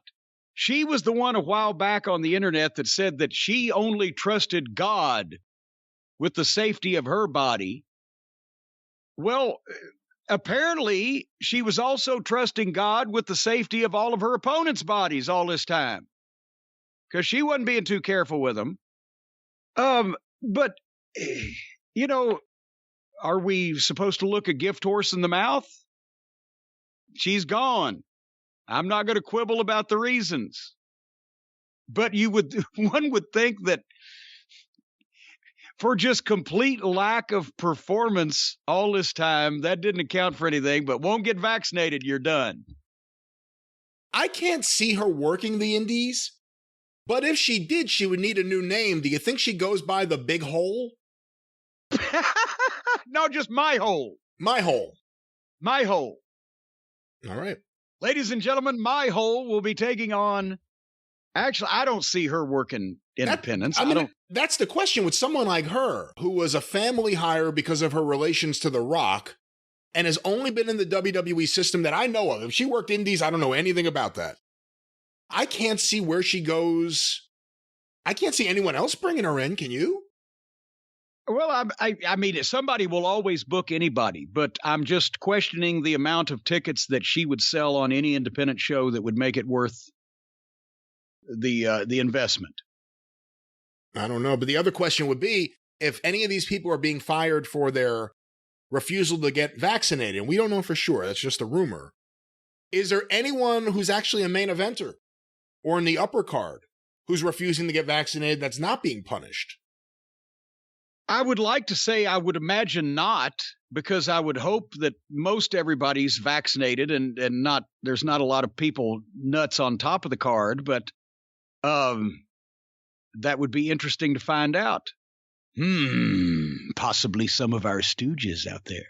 I said before, Jim, one of the names, or the name that I thought was most surprising on this list, B-Fab from Hit Row. Not that they were the greatest, although I thought she had some potential, but she had just debuted on TV. The rumor is she had just signed a main roster contract, and of everyone in Hit Row, maybe I'm wrong, she was the one who stood out. She was the one who seemed like a star more than the three other guys. Well, she stood out because there's three guys and one girl. So the girl stands out regardless. That's not saying that she's, Florence Griffith Joyner or, Katharine Hepburn or a standout acting or athletic talent, but she fit the group and they'd been together. And if they're going to, is the group just, now they don't get a girl? Because the group that they're feuding with has the girl, Elektra Lopez. Or did she get released?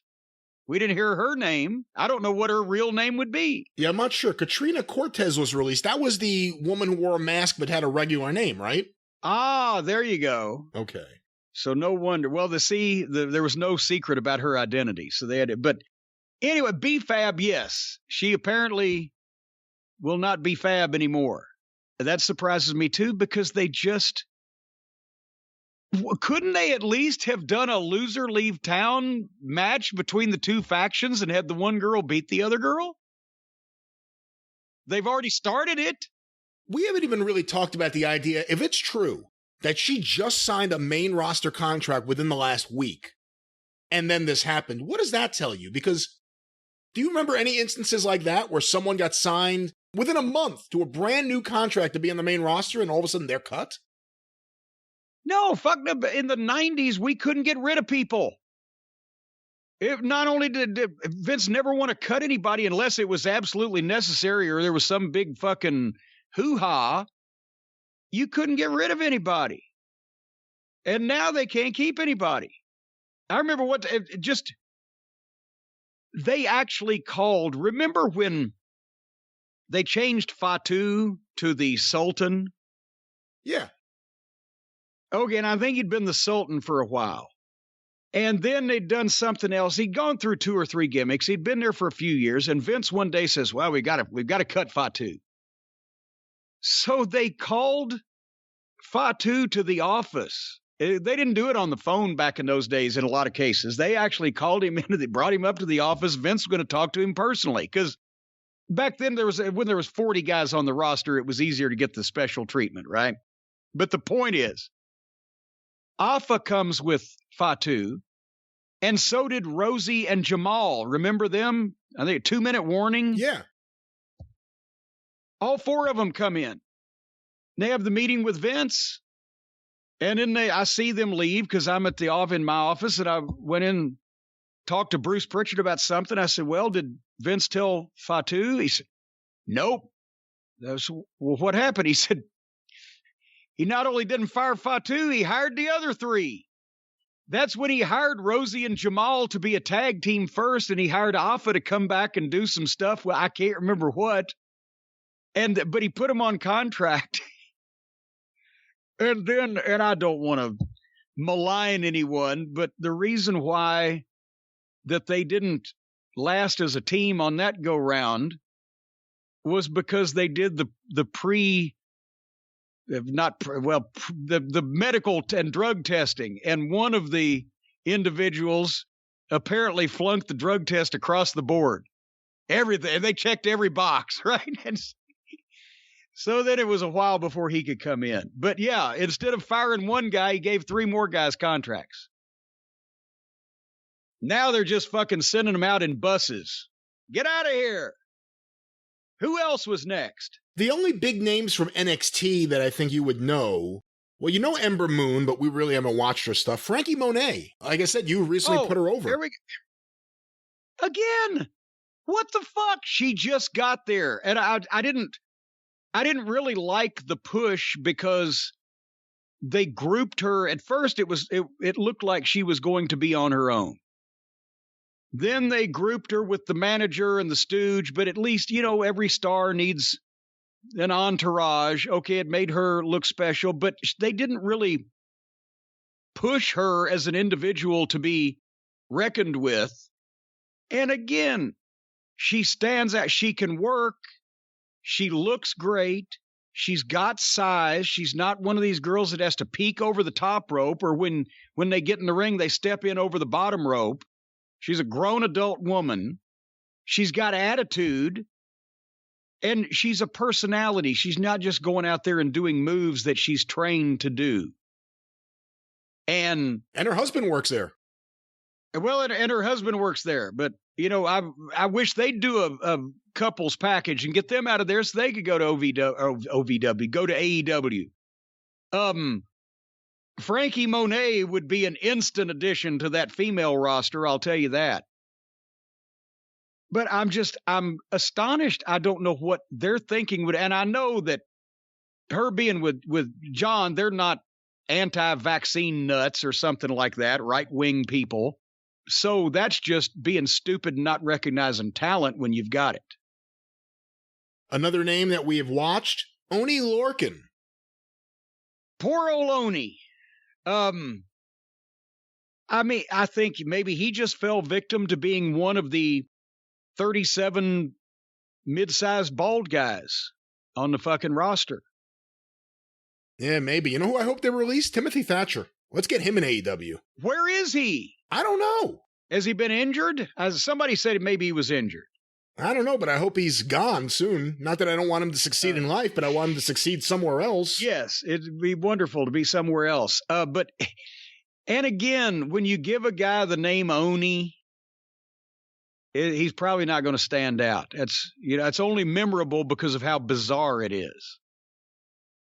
Well, those are the major names. Like I said, there are some other ones. We talked in the past about Eva Marie when they signed her after they had cut a bunch of female wrestlers, and now she's been cut because she obviously was never ready to be a wrestler, even after all of her training in the acclaimed NXT program.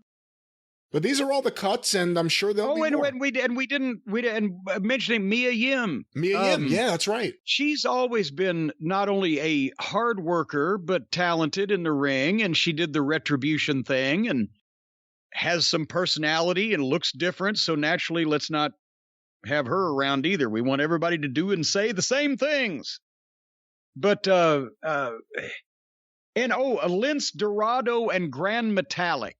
I didn't bring them up to you for a reason. I didn't think you had watched them. That was much. Lucha House Party, right? I don't know, because one of the Lucha House Party guys was on AEW this week. So that's what I was going to ask you. Was one of those two weasels either Samurai Del Sol or Aerostar? I believe Samurai Del Sol was the former Kalisto in WWE in Lucha House Party. But I remembered it being a tag team, not a 3-person team. So I'm not sure. Grand Metalik, I remember from the Cruiserweight tournament a few years back. I don't know if he was a part of that team. When we get to the AEW show, which we will here in a second, we'll talk about old Samurai Del Sol and Aerostar. Good Lord. But I won't be sorry to not have to fast forward through those folks, if that's any of the Lucha House Party. You know what, Brian? It looks like that a number of these people, because we've talked about it on the program here just earlier, there's not enough places for all these people to go. Some of them are going to need a new career. I think so, and I think that's a hard conversation to have internally or with your partner or anyone you care about. What do I do now? I've been doing all this wrestling stuff for so many years. I'm a young person. I still have a lot to contribute to life. I'm creative, and I think a fun and wonderful way to take all of those skills and point them in the right direction is by learning a wonderful skill like coding that can make you lots and lots of money in the future. That's right, coding. And I got you to admit, Brian Last, that our fine friends at Codecademy, what they teach you over at Codecademy is the same thing that these people do when they overthrow major governments. That's not exactly what I admitted. Well, you said that that's exactly what they do, that they use the codes and the malware and the attacks, and they overthrow countries and governments and companies, and that sounds like an exciting line of work. And Codecademy is the easiest way to learn to code, which is the easiest way to change your career. With Codecademy, you can learn to code on your own terms. As a matter of fact, you give them the terms, and if they accept them, then they're your own terms. Because Codecademy can help you reach your coding goals. Tomorrow's dictatorship starts today at Codecademy. Now you can overthrow governments, attack major companies. You can get the Hickenlooper Malware Award. Stop it. Those are not selling points. To the top cyber terrorists of the month. What? Those are not selling points. These are not skills that you will learn with Codecademy. Of course, you'll learn how to code and how to do wonderful things online. But all of these things that Jim Cornette just mentioned, these are not specific skills you will learn from Codecademy. Of course, you always have to start somewhere and learn all the skills you need. But whatever you do after the fact has nothing to do with Codecademy. Oh, okay. So what you're saying is that Codecademy will teach you everything you know about coding and building websites and analyzing data and learning languages like the Python and the HTML and the Sysql and the JavaScript.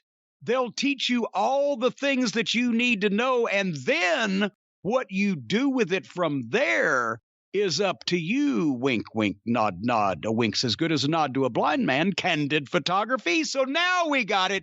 So, folks, if you want to have a fine new career legally, morally, and ethically with code, then go to Codecademy, and they will teach you everything you need to know to make a big impact in the world on somebody. Wink, wink, nod, nod. You know what we're talking about, folks. Build your portfolio. Get your certificate of completion. It could even be made out to an assumed name just in case, depending on your legal status and whether or not you're currently a fugitive. You'll get tools and cheat sheets to help ideas stick to you. You'll have them forced right into your brain, those ideas. And you'll get help from other learners in the forum or connect with people near you in your local Codecademy chapter. Sometimes they will knock on your door late at night or early in the morning and hand you envelopes. You're going to be expected to pass them on to the designated recipients. But anyway, you can be a part of Codecademy's community of over 50 million people and land your dream job in web development, programming, computer science, data science, and tons more. And if you join the millions of people learning to code with Codecademy and see where coding can take you, then you can get 15% off your Codecademy Pro membership when you go to Codecademy.com and use the promo code EXPERIENCE. That's promo code EXPERIENCE at Codecademy.com to get 15% off Codecademy Pro, the best way to learn to code. Folks, you know what your future awaits. All you got to do is go to Codecademy and just graduate from this course that they tell you and just act like nothing's wrong. And then you'll be able to take over the world. Oh, my God. Listen, you'll get great skills. You'll be able to get some great work because of these skills and also be able to work on your own projects. Do not worry about other governments or other institutions you can hack or destroy. Just worry about yourself and your family's success. Yes, and it's a high-paying job. I mean, the ransom alone from a typical company these days is in, 6-7 figures. Please do not do anything that would lead to ransom. Of course, that has nothing to do with Codecademy, a fine sponsor and source of skills and lots of other things. And I'm running out of ways to defend these people. Yes. Well, we know what you're talking about. Don't worry. All of us are in on the Codecademy gimmick now. Wink, wink, nod, nod. Anyway, what are you doing on the Arcadian Vanguard Network this week, Brian? Another action-packed week on the Arcadian Vanguard Podcast Network. Get information about all the shows on Twitter at Superpodcast or on Facebook, facebook.com/Arcadian Vanguard. A few notes. The latest episode of the Mid-Atlantic Championship Podcast with Mike Sempervive and Roman Gomez is out right now. Go to midatlanticpod.com. Available wherever you find your favorite podcast. Mike and Roman look at Mid-Atlantic television from October of 1982. Hear all about everything that was happening with some of the greatest wrestling personalities of all time, like Ric Flair, Sergeant Slaughter, Roddy Piper, and more. The Mid-Atlantic Championship Podcast. Also want to make mention of Stick to Wrestling with John McAdam. A few really popular episodes the last few weeks, of course. The Philadelphia legend himself, Jamie Ward, was on the show talking about the fall of 1981 with John. Great stuff talking about things happening in the World Wrestling Federation and, of course, beyond. And this past week, superstar producer himself, Lou Kippelman, is on Stick to Wrestling. Kippelman himself is on Stick to Wrestling talking about listener questions or answering listener questions. Things like, has Dave Meltzer's influence had any negative effects on the business? Does Paul Orndorff belong in the Hall of Fame? What is the worst you've seen someone bleed in person? And so much more. Check it out today at McAdamPod.com. Available wherever you find your favorite podcast. Search for Stick to Wrestling with John McAdam. And of course, wait a minute. Don't go past this so quickly. That is the only time that I think that question has ever been asked, probably in the history of humans. What's the most you've ever seen somebody bleed? In person. In person. What would you say? If I asked you what's the bloodiest match you saw in person, not in the back, but actually saw? Ricky Gibson and Robert Gibson against Wayne Ferris and Larry Latham in the Louisville Gardens in 1979. Ricky Gibson was covered from head to toe to where you could not see skin in blood. Is there any footage of that match? There is not, but I took pictures. I gave him one of them, so I still have the close-up where there's a giant drop of blood coming off the end of his nose. But it looked like he'd been run through a razor blade factory. Knowing how much the photographers love a good bloody shot, especially in the 70s, did you love shooting Tommy Rich? Well, here's the thing. Tommy Rich did not really work Memphis after... Here's the thing. He worked Memphis before I was a photographer. When I got in the business, he was still here for about a year and a half till he went to Atlanta. He didn't bleed any more or less than anybody else in those days. When he got to Atlanta and got to be the top babyface in the business and got in all those violent programs and also probably had a significant amount of alcohol in his bloodstream on a daily basis, that's when he bled like a stuck hog. And that was not in my jurisdiction. And then I got into business and wasn't shooting him. And of course, the 605 Super Podcast, The Mothership! That was me the other day when I broke my toe. But of course, go through the archives today at 605pod.com. New episode in production right now. And look for wherever you find your favorite podcast, the 605 Super Podcast. The greatest wrestling podcast of all time, The Mothership! Yeah. Hey. All right, let's talk about this show from this past Wednesday night that made some news and got some talk and some attention, the AEW Dynamite show from Kansas City. And it opened up, they mentioned the Moxley issue, made an announcement about it at the top of the program, and then followed up on it with Punk's promo. Let me say this at the start. I'm going to address it briefly because I can't win. You realize I cannot win, Brian, in this, because if I say what everybody else in the world has said, well, I hope he gets better, hope he gets the help he needs, treatment, whatever, blah, blah, blah, anything positive or kind then I'll have wise ass after wise ass on the internet go, well, see, he didn't have a goddamn good thing to say about his matches, but now he's sucking up or he's trying to be a baby face. Oh, Cornette, he doesn't really mean it. They'll find something wrong with whatever I say. So I will simply say that, yes, I do hope that he gets better and gets the help he needs. And he's got a wife and a baby and a book and a job that he needs to come back to, all of those things. And I hope he does get better and recover and do that. Well, actually, the wife and the baby and the book, maybe I don't know. I'd be offended if he got another line of work, if he could be successful and make the same amount of money somewhere else and I didn't have to watch him wrestle. I don't know if I'd be upset, but otherwise, I'm not wishing him ill here. But they started at the top of the program by announcing, I'm trying to remember the exact verbiage, but we wish Jon Moxley well in his recovery. Recovery was a word they used a couple times. But in this entire television program, they never said recovery from what. Tony Khan announced it on Twitter earlier that day or the day before, whatever it was. But if you're not on Twitter, or if you are like many people in the world and don't live on the internet checking the wrestling news every day, you would have known whether he'd been in a car wreck or had a drastic accident in the ring or broke his leg or whatever from the recovery. And then later on, Punk fleshed it out a little bit, but still didn't come out and say what was going on, which I thought that was the only thing they dropped the ball on necessarily, is not clarifying for the viewer what in the world are they talking about? What has happened to him? Has he been in a car accident or what's gone on?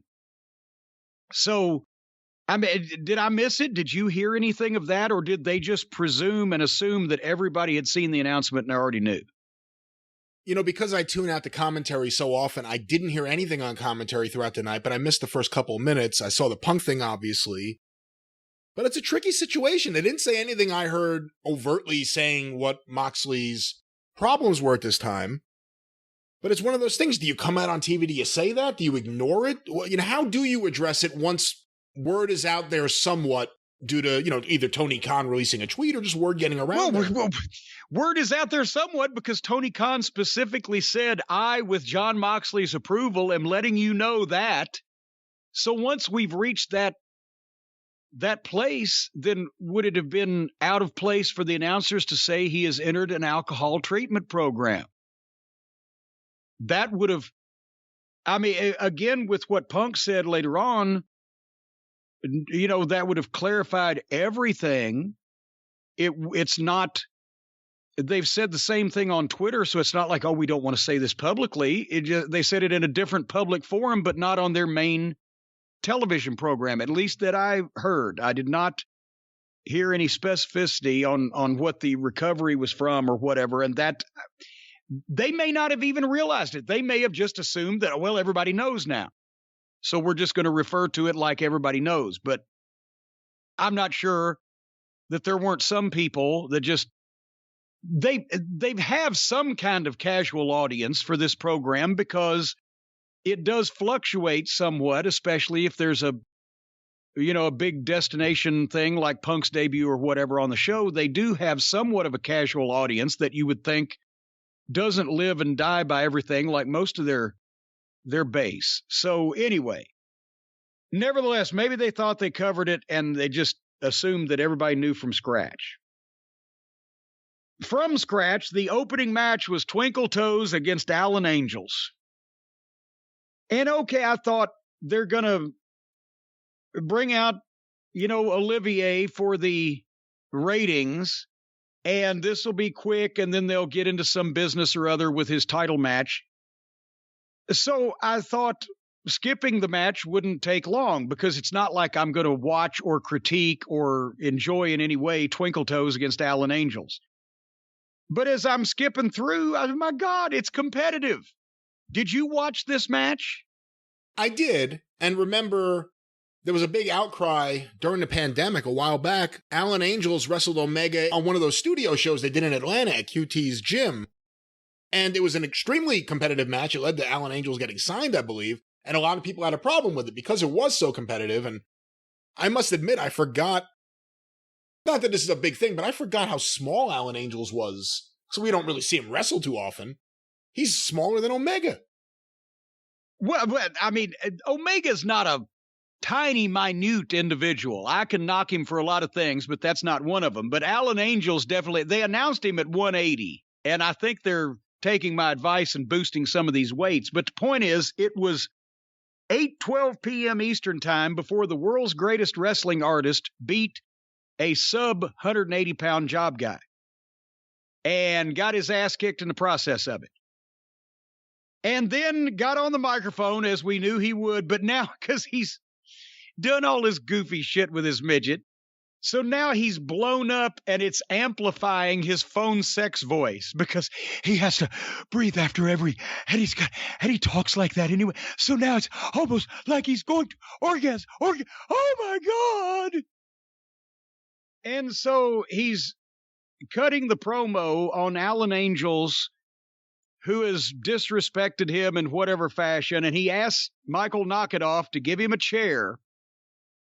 And I swear Knockitoff gives Twinkle Toes the chair because he's going to kill Alan Angels. And the corpse ref, Knox, is in the ring standing there motionless with his hands in a bizarre position out like he's fucking, please, sir, may I have some more? Like he's asking for a bowl of gruel. And Jim Ross, poor Jim Ross, has to say, the referee should seriously consider intervening here, trying to send a signal to the back over his headset. Hey, can anybody with the IFB and on fucking corpse referee's head ask him if he wants to goddamn move or do something? But nobody picked up on it. He's the worst referee in the entire business. Well, I mean, that's unquestionably. That doesn't even take it into it's so much worse than that. He's one of the most feckless human beings. He serves no purpose. I'm not even sure if he's breathing air. Somebody ought to put a mirror up in front of his face, see if it fogs up. But anyway, so while he's standing there, Twinkle Toes going to put the chair underneath Alan Angels, anyway, a chair on the ground. He's going to give Alan Angels the one-winged fairy onto the chair and kill him dead. Just kill him dead. So he picks Alan Angels up, and he's got him up for the one-winged fairy, and Adam Page's music starts playing. Now, despite the fact that Page is not even visible and is at least 100 feet away from the ring, and despite the fact that Twinkle Toes really wanted to do this to Alan Angels, as soon as that music hits, he stops and puts Alan Angels down on the ground. Then, here comes Adam Page down the aisleway, and he clotheslines Knockitoff, so they get a comedy spot before the top babyface challenging for the world title even gets in the ring. He knocks Knockitoff out and keeps going. And Twinkle Toes has the chair that he's going to hit Page with, but the job guy that Twinkle Toes just beat up and beat and was going to kill jumps up and takes the chair away from him and throws it away and then drops back down selling again. And so Page comes in over the top with the buckshot lariat, but Olivier ducks it and slides out, and Page is in the ring pissed. So he picks up the belt and he puts it back over on the apron and tells him that he's got 10 days until Full Gear to enjoy that belt.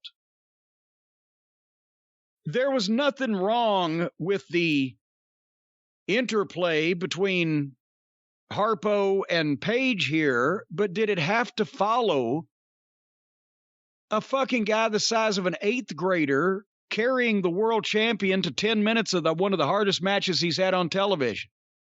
Or was that counterproductive?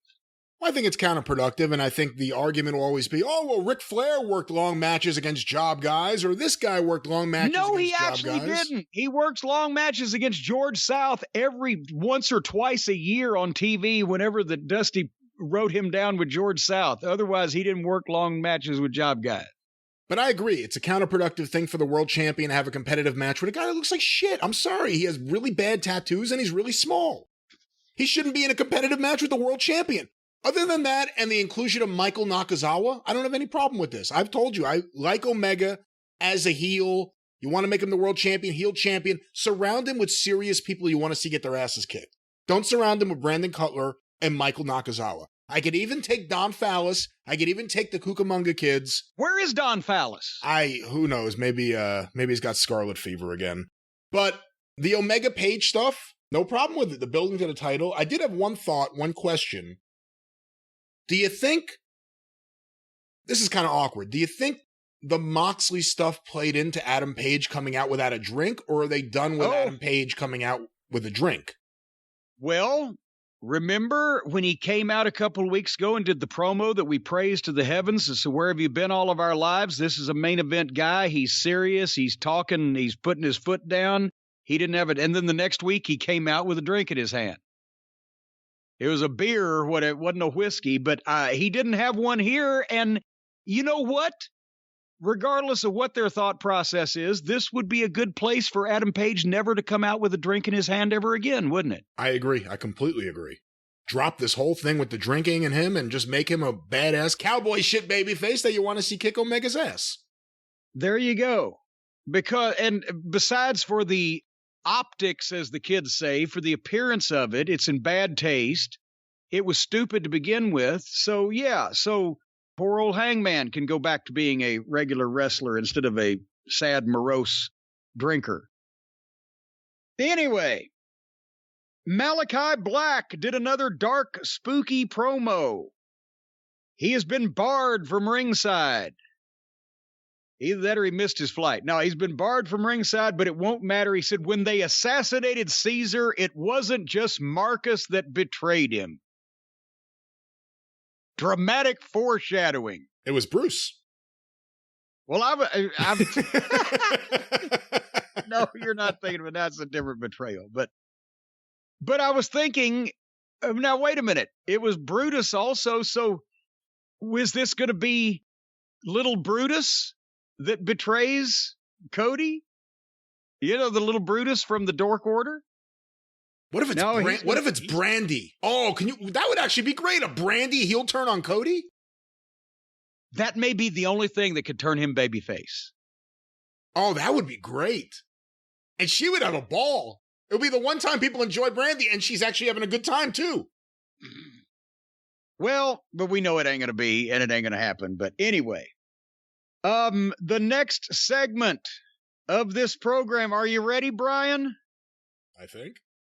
Like Mussolini and applesauce. I wasn't ready. No, I wasn't. Here comes CM Punk live, and the chants and the signs and the singing. JR leads in with nobody in pro wrestling is hotter than CM Punk. And then Excrement jumps in and does the t-shirt sell. And I know the producer had told him, yeah, get the t-shirt sell in there, but somebody wasn't thinking the Punk's entrance was not the place to sell the t-shirts.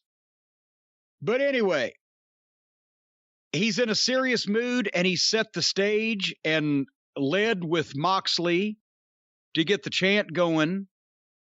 We're going to say this again later on when we talk about what he did on the Friday night show, but he is so fucking real. He sounds real. He appears real. He's not just articulate. He puts emotion and or meaning and or inflection and or a naturalness into what he's speaking about. He speaks like a real guy.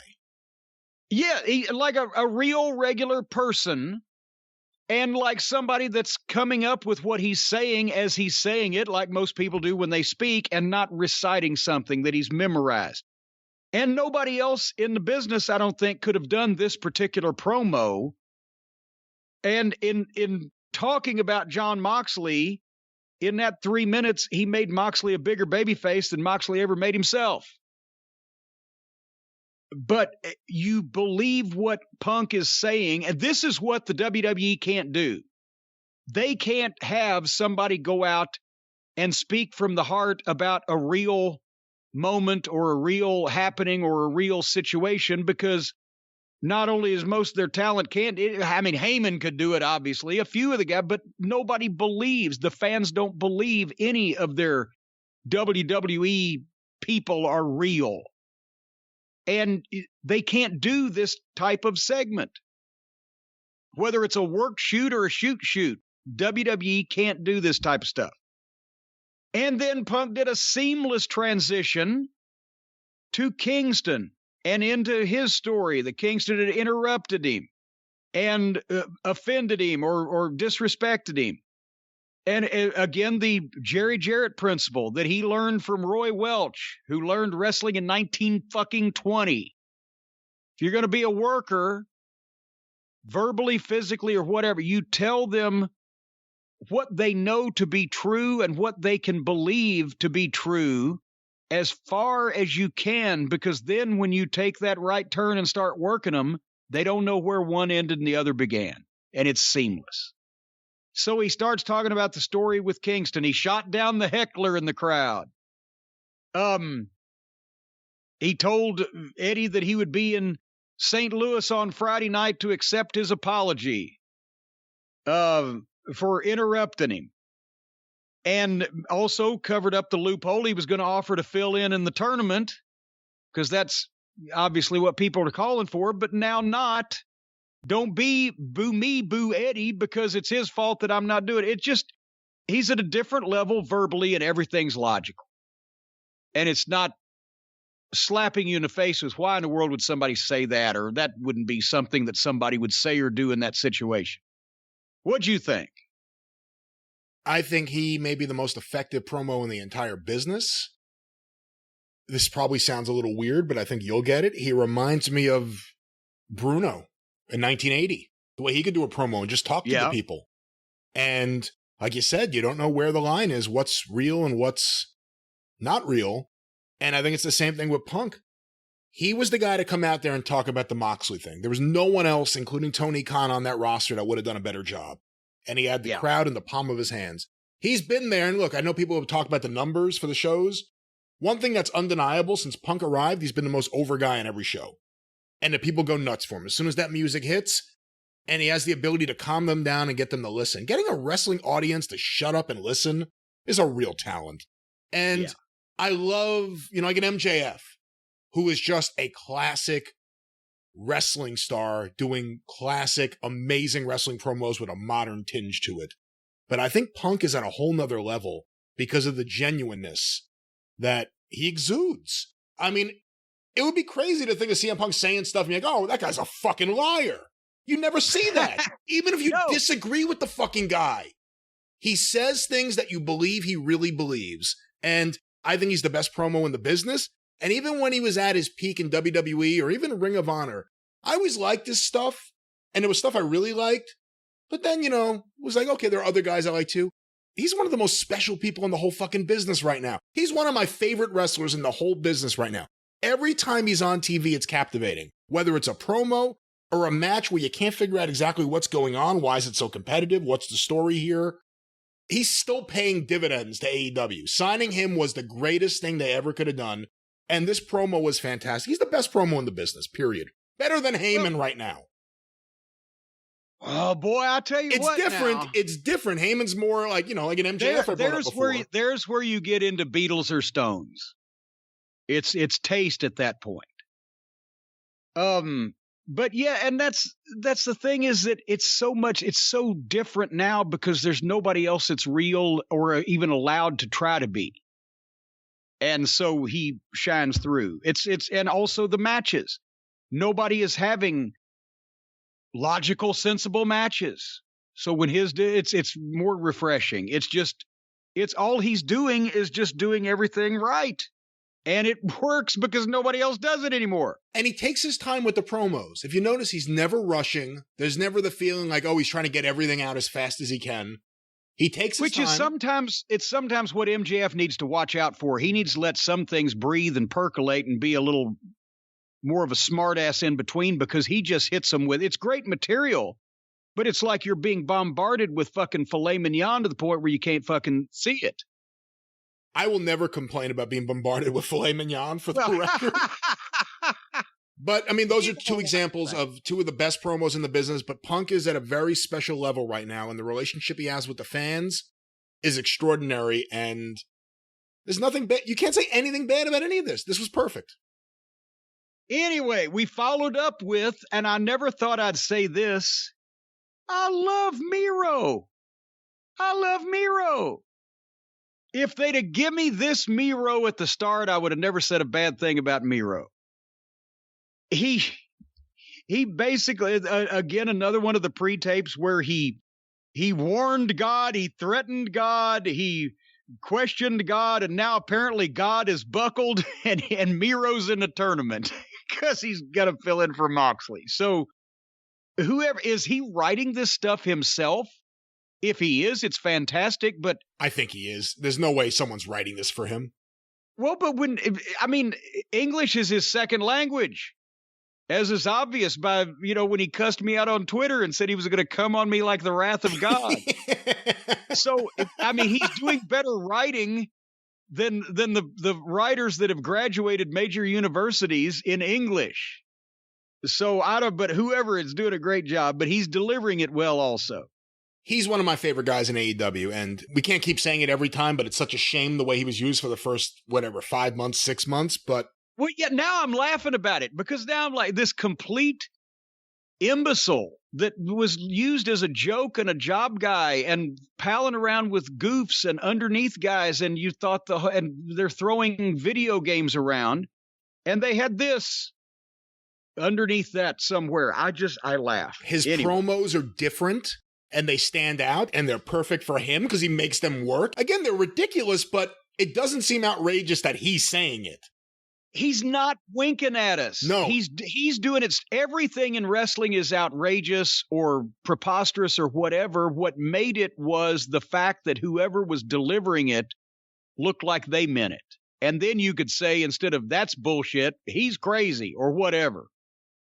And he looks like he means this. I don't know where Pip Sabian is, but I hope he never comes back.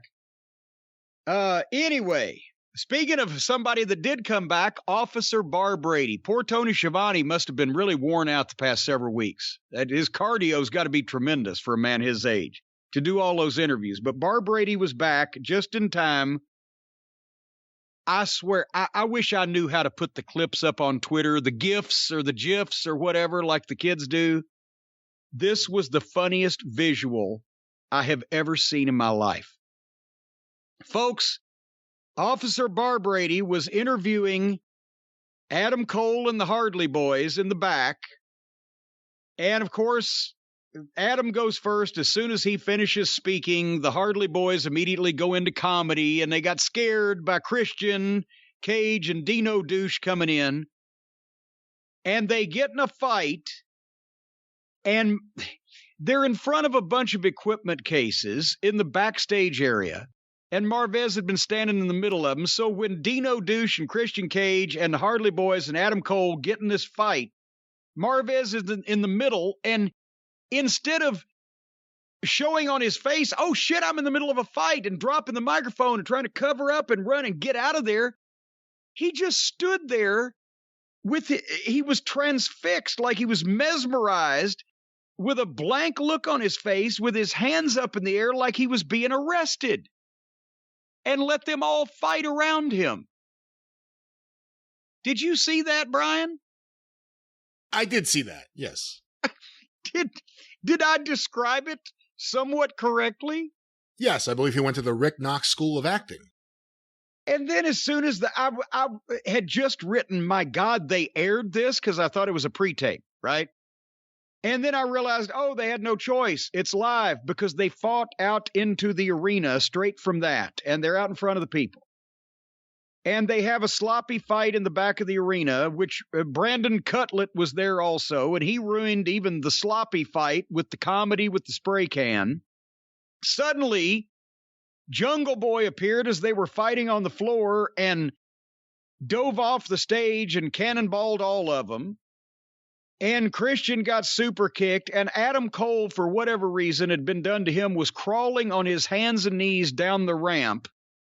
And Dino Douche grabs one of the Hardley boys and chokeslammed him on top of Adam Cole. And then Jungle Boy got the snare trap on Cole and choked him out. Right flat there on the fucking ground. And then Christian, who I like Christian Cage as a person and as a talent.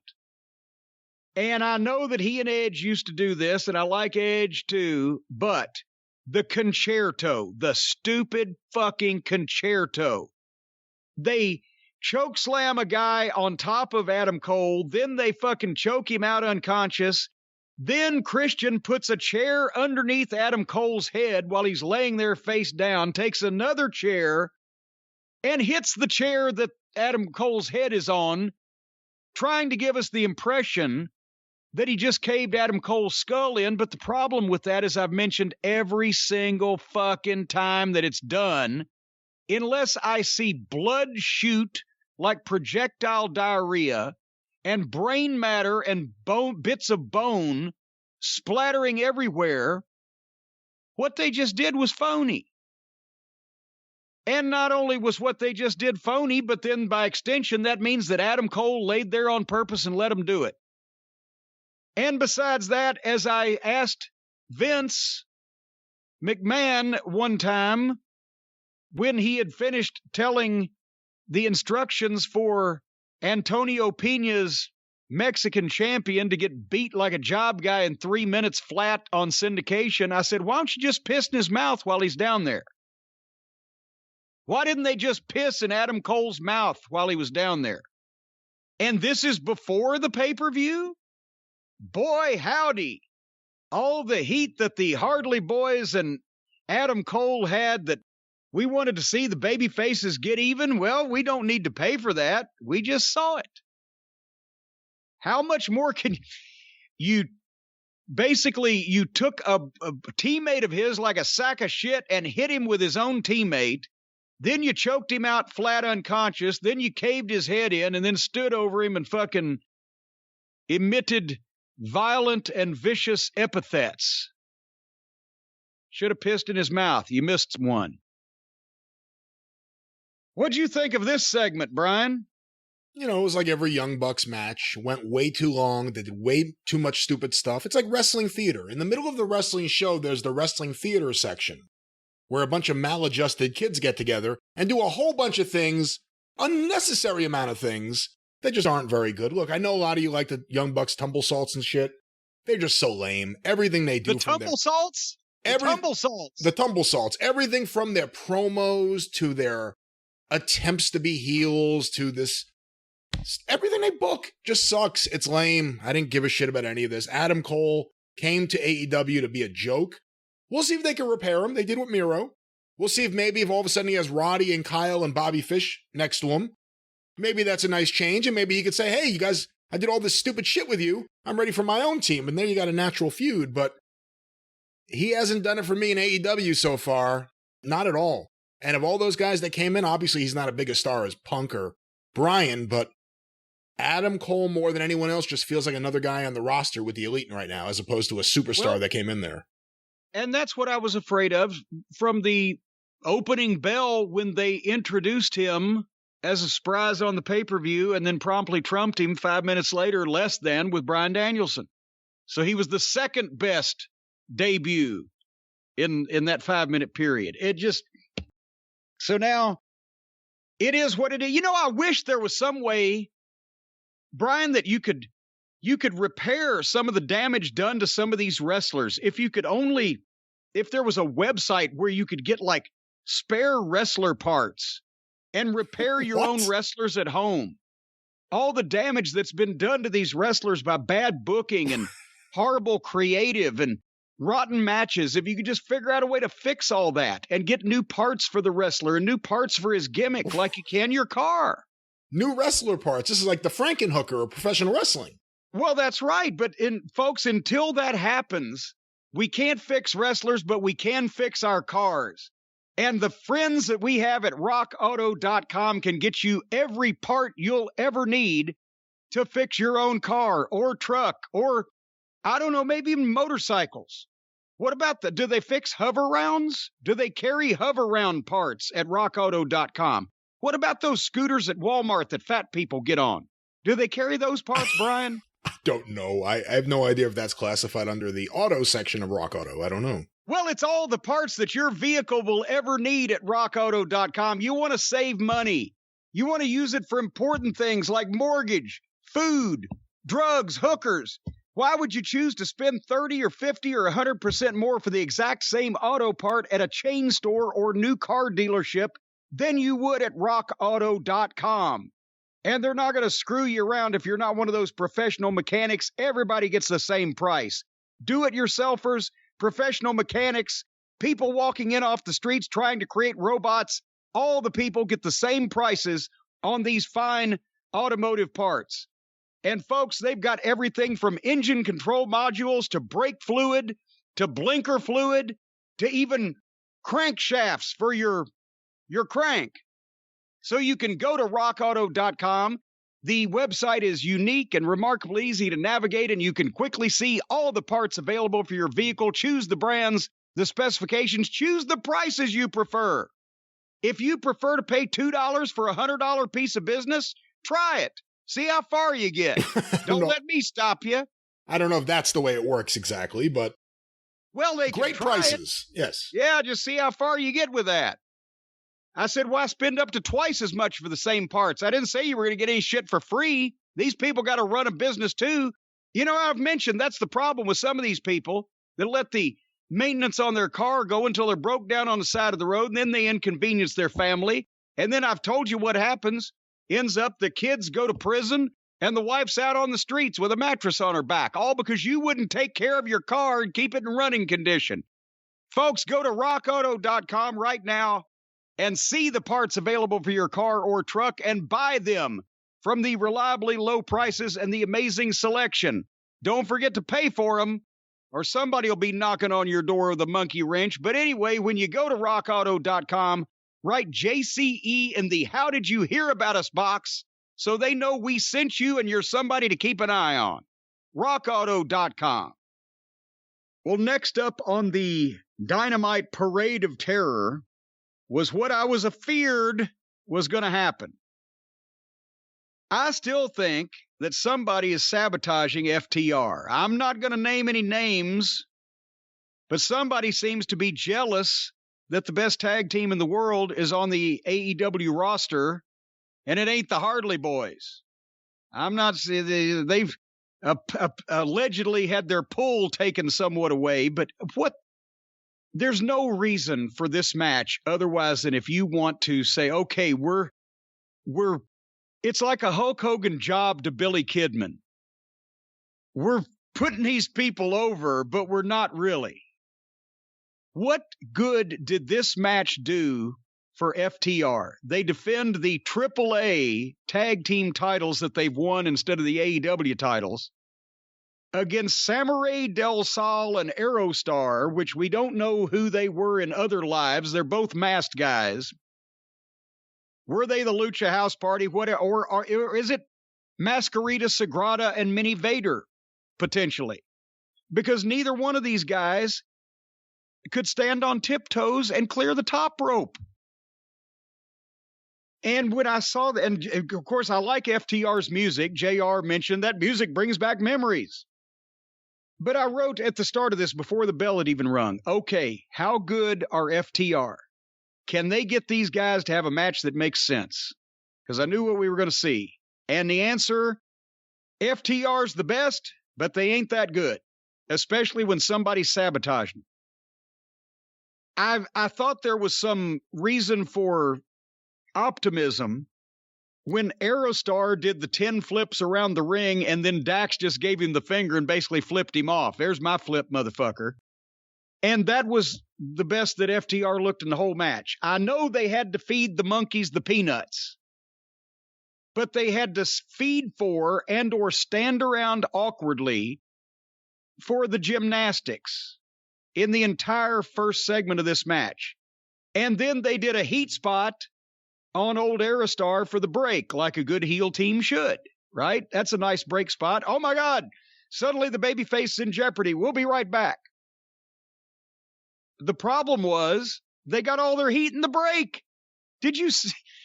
When they came back from the break, we have missed every bit of the match where FTR was in control and old Aerostar, or Ass for short, was doing dives again and nearly killed Dax when he dove off the top rope because Dax was trying to catch him and break the idiot's fall, and he went sideways and Dax almost got folded up underneath him.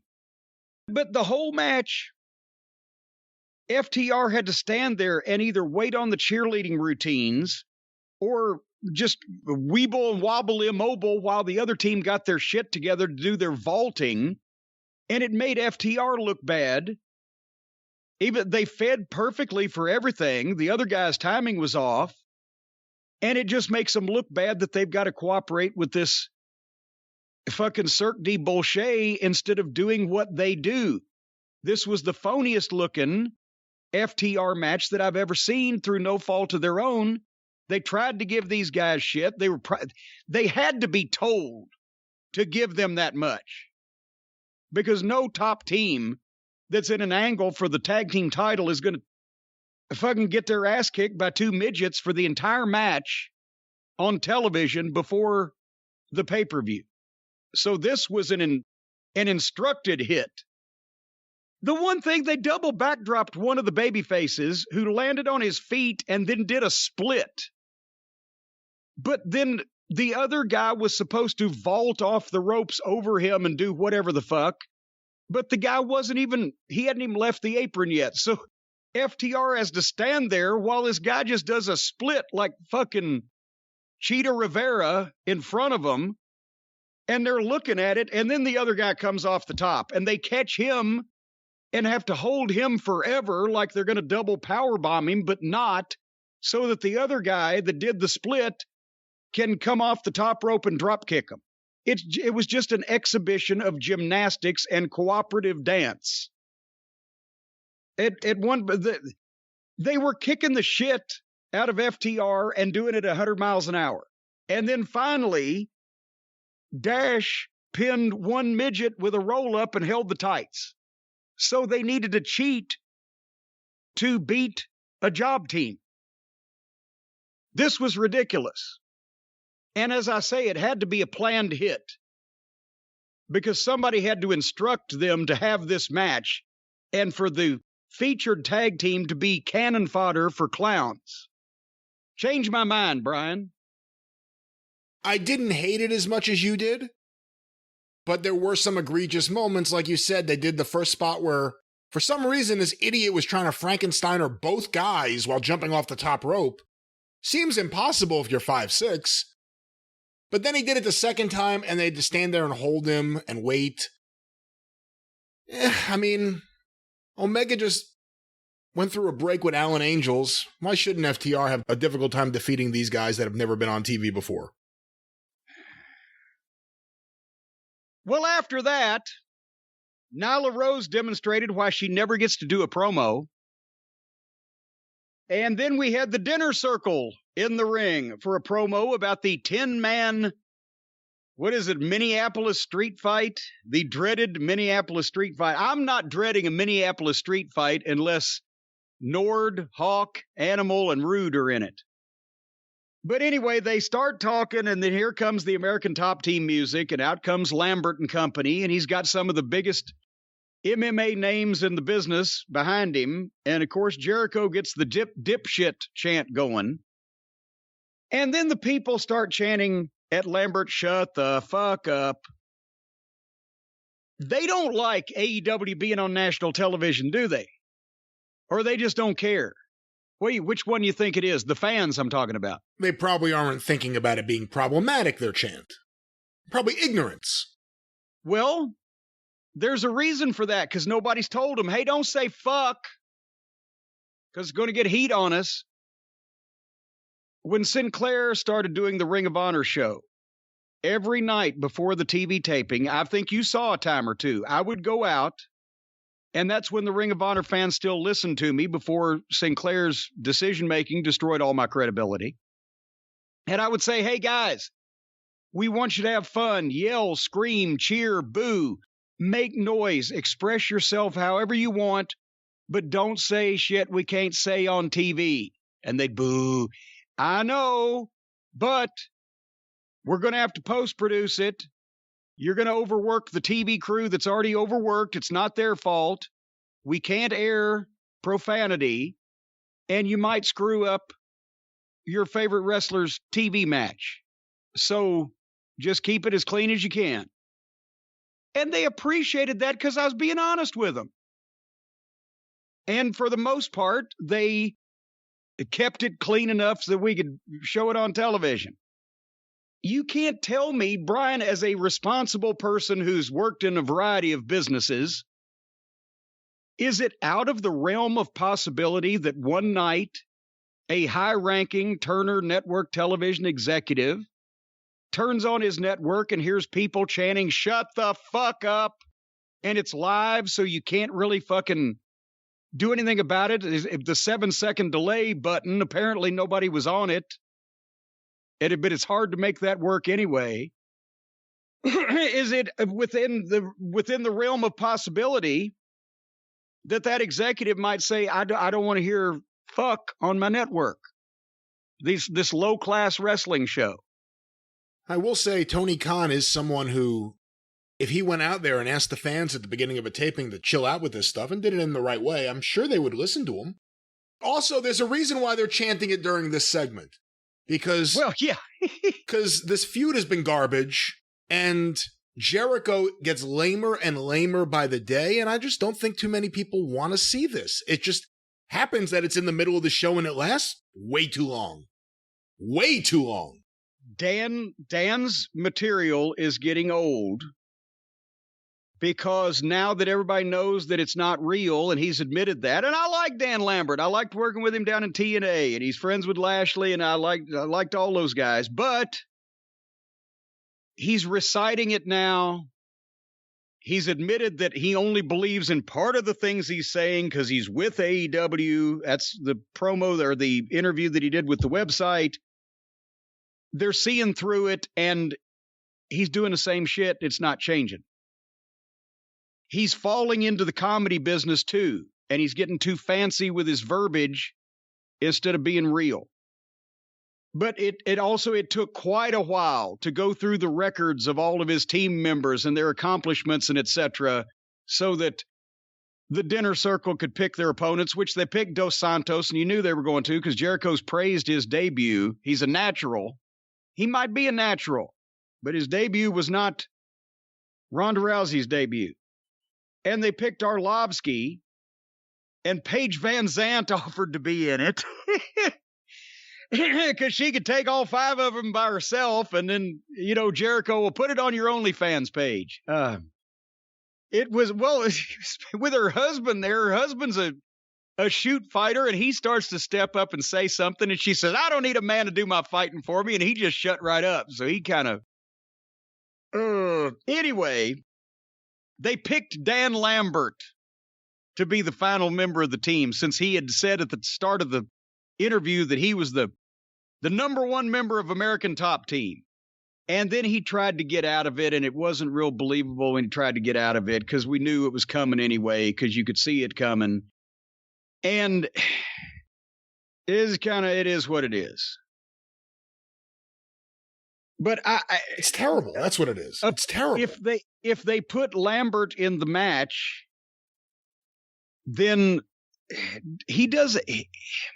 I'm sure the AEW fans will enjoy seeing him get beat, which is probably what's going to happen.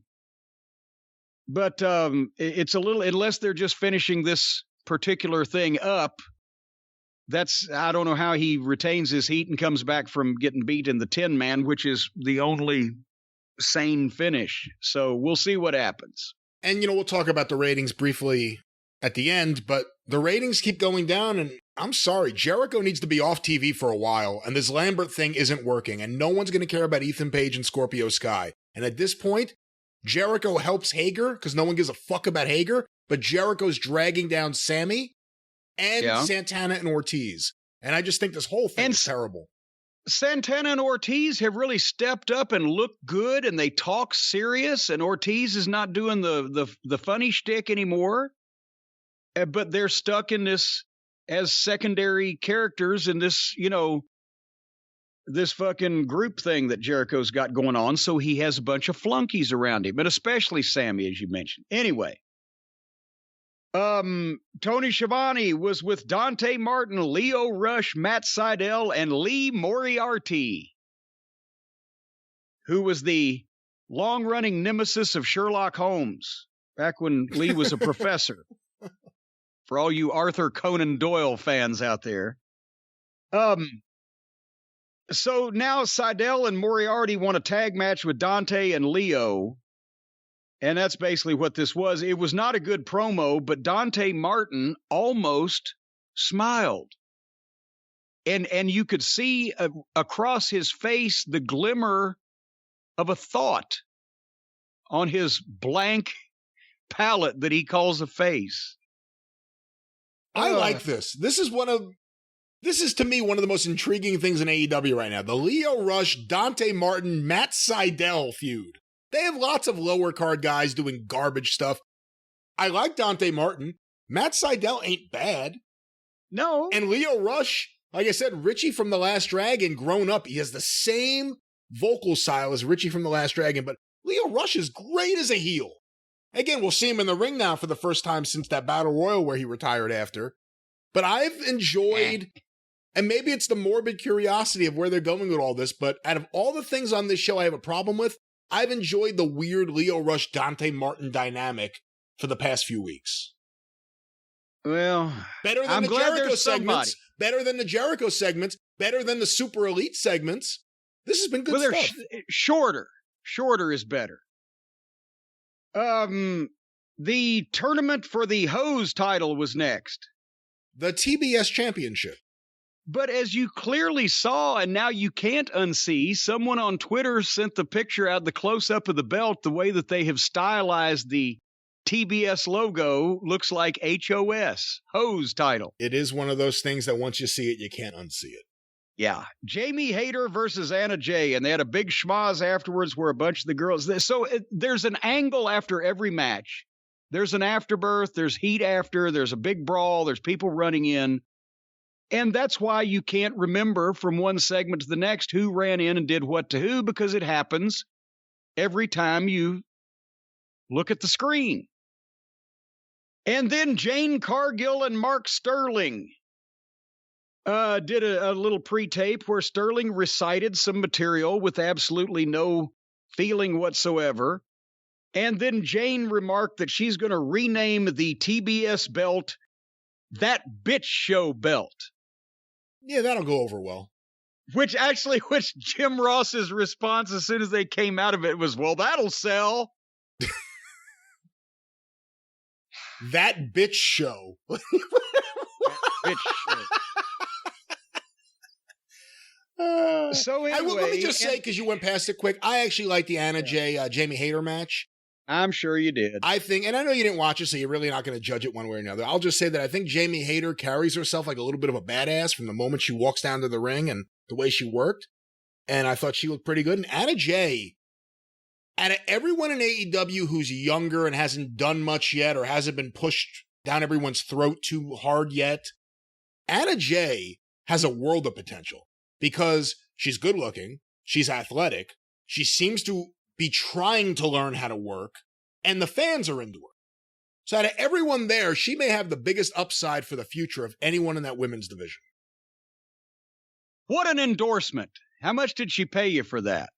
I mean it. But anyway, I know you didn't watch it, so let's move on to whatever you did watch. Moving on, MJF. As MJF is coming out, Tony Schiavone calls MJF, well, there's the big shithead. So now the announcers are cussing without need to. Remember 20 years ago, if somebody had done something horrible, Jim Ross would be pushed to the breaking point and he would finally come out with, well, that no good, dirty son of a bitch. And it meant something because he was pushed beyond all normal bounds, and whatever was going on or had been done, it was called for. It was in a moment of conflict. This the MJF's walking down to the ring, and Tony, well, there comes the big shithead. But it happens every week, and to me, I think that's stupid. I hate Shivani on this show. I'm sorry. I know a lot of people forget about WCW and they want to pretend like he was a good commentator throughout the 90s. He was garbage. And then he's come back, and it was nice to see him for a while. And I know Tony Khan feeds him a lot of the shit that he says. He has no insight into anything. He's just happy to be there. And then the MJF stuff. One week it's, oh, this prick. You're a commentator. Cut the shit. You didn't call Ric Flair a prick on TBS TV, did you? So I don't know. Shivani to me is just worthless on commentary at this point. And I think it's so stupid and counterproductive for them to be the ones calling the heels, even if it is someone as despicable as MJF. For the commentators to be calling the heels names is completely stupid. That's what I'm saying. And not only that, but and I mean, you know, you can call somebody a name without it being a curse word.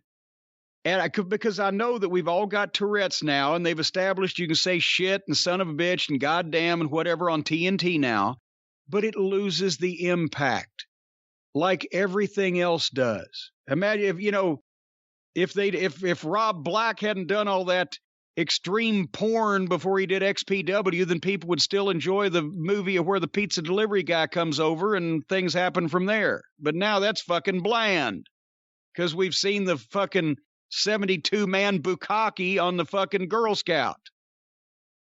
And all they do, the more angles they do, the more numb and immune you are to them. The more cursing, the more numb and immune and normal it becomes.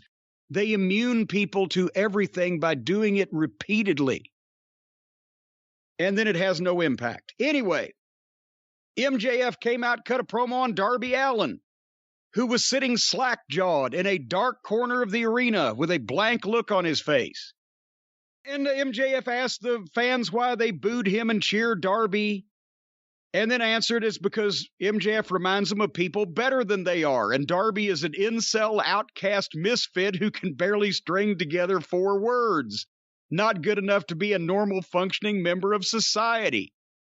MJF has a way of saying the most basic truths in a very verbose and plain way.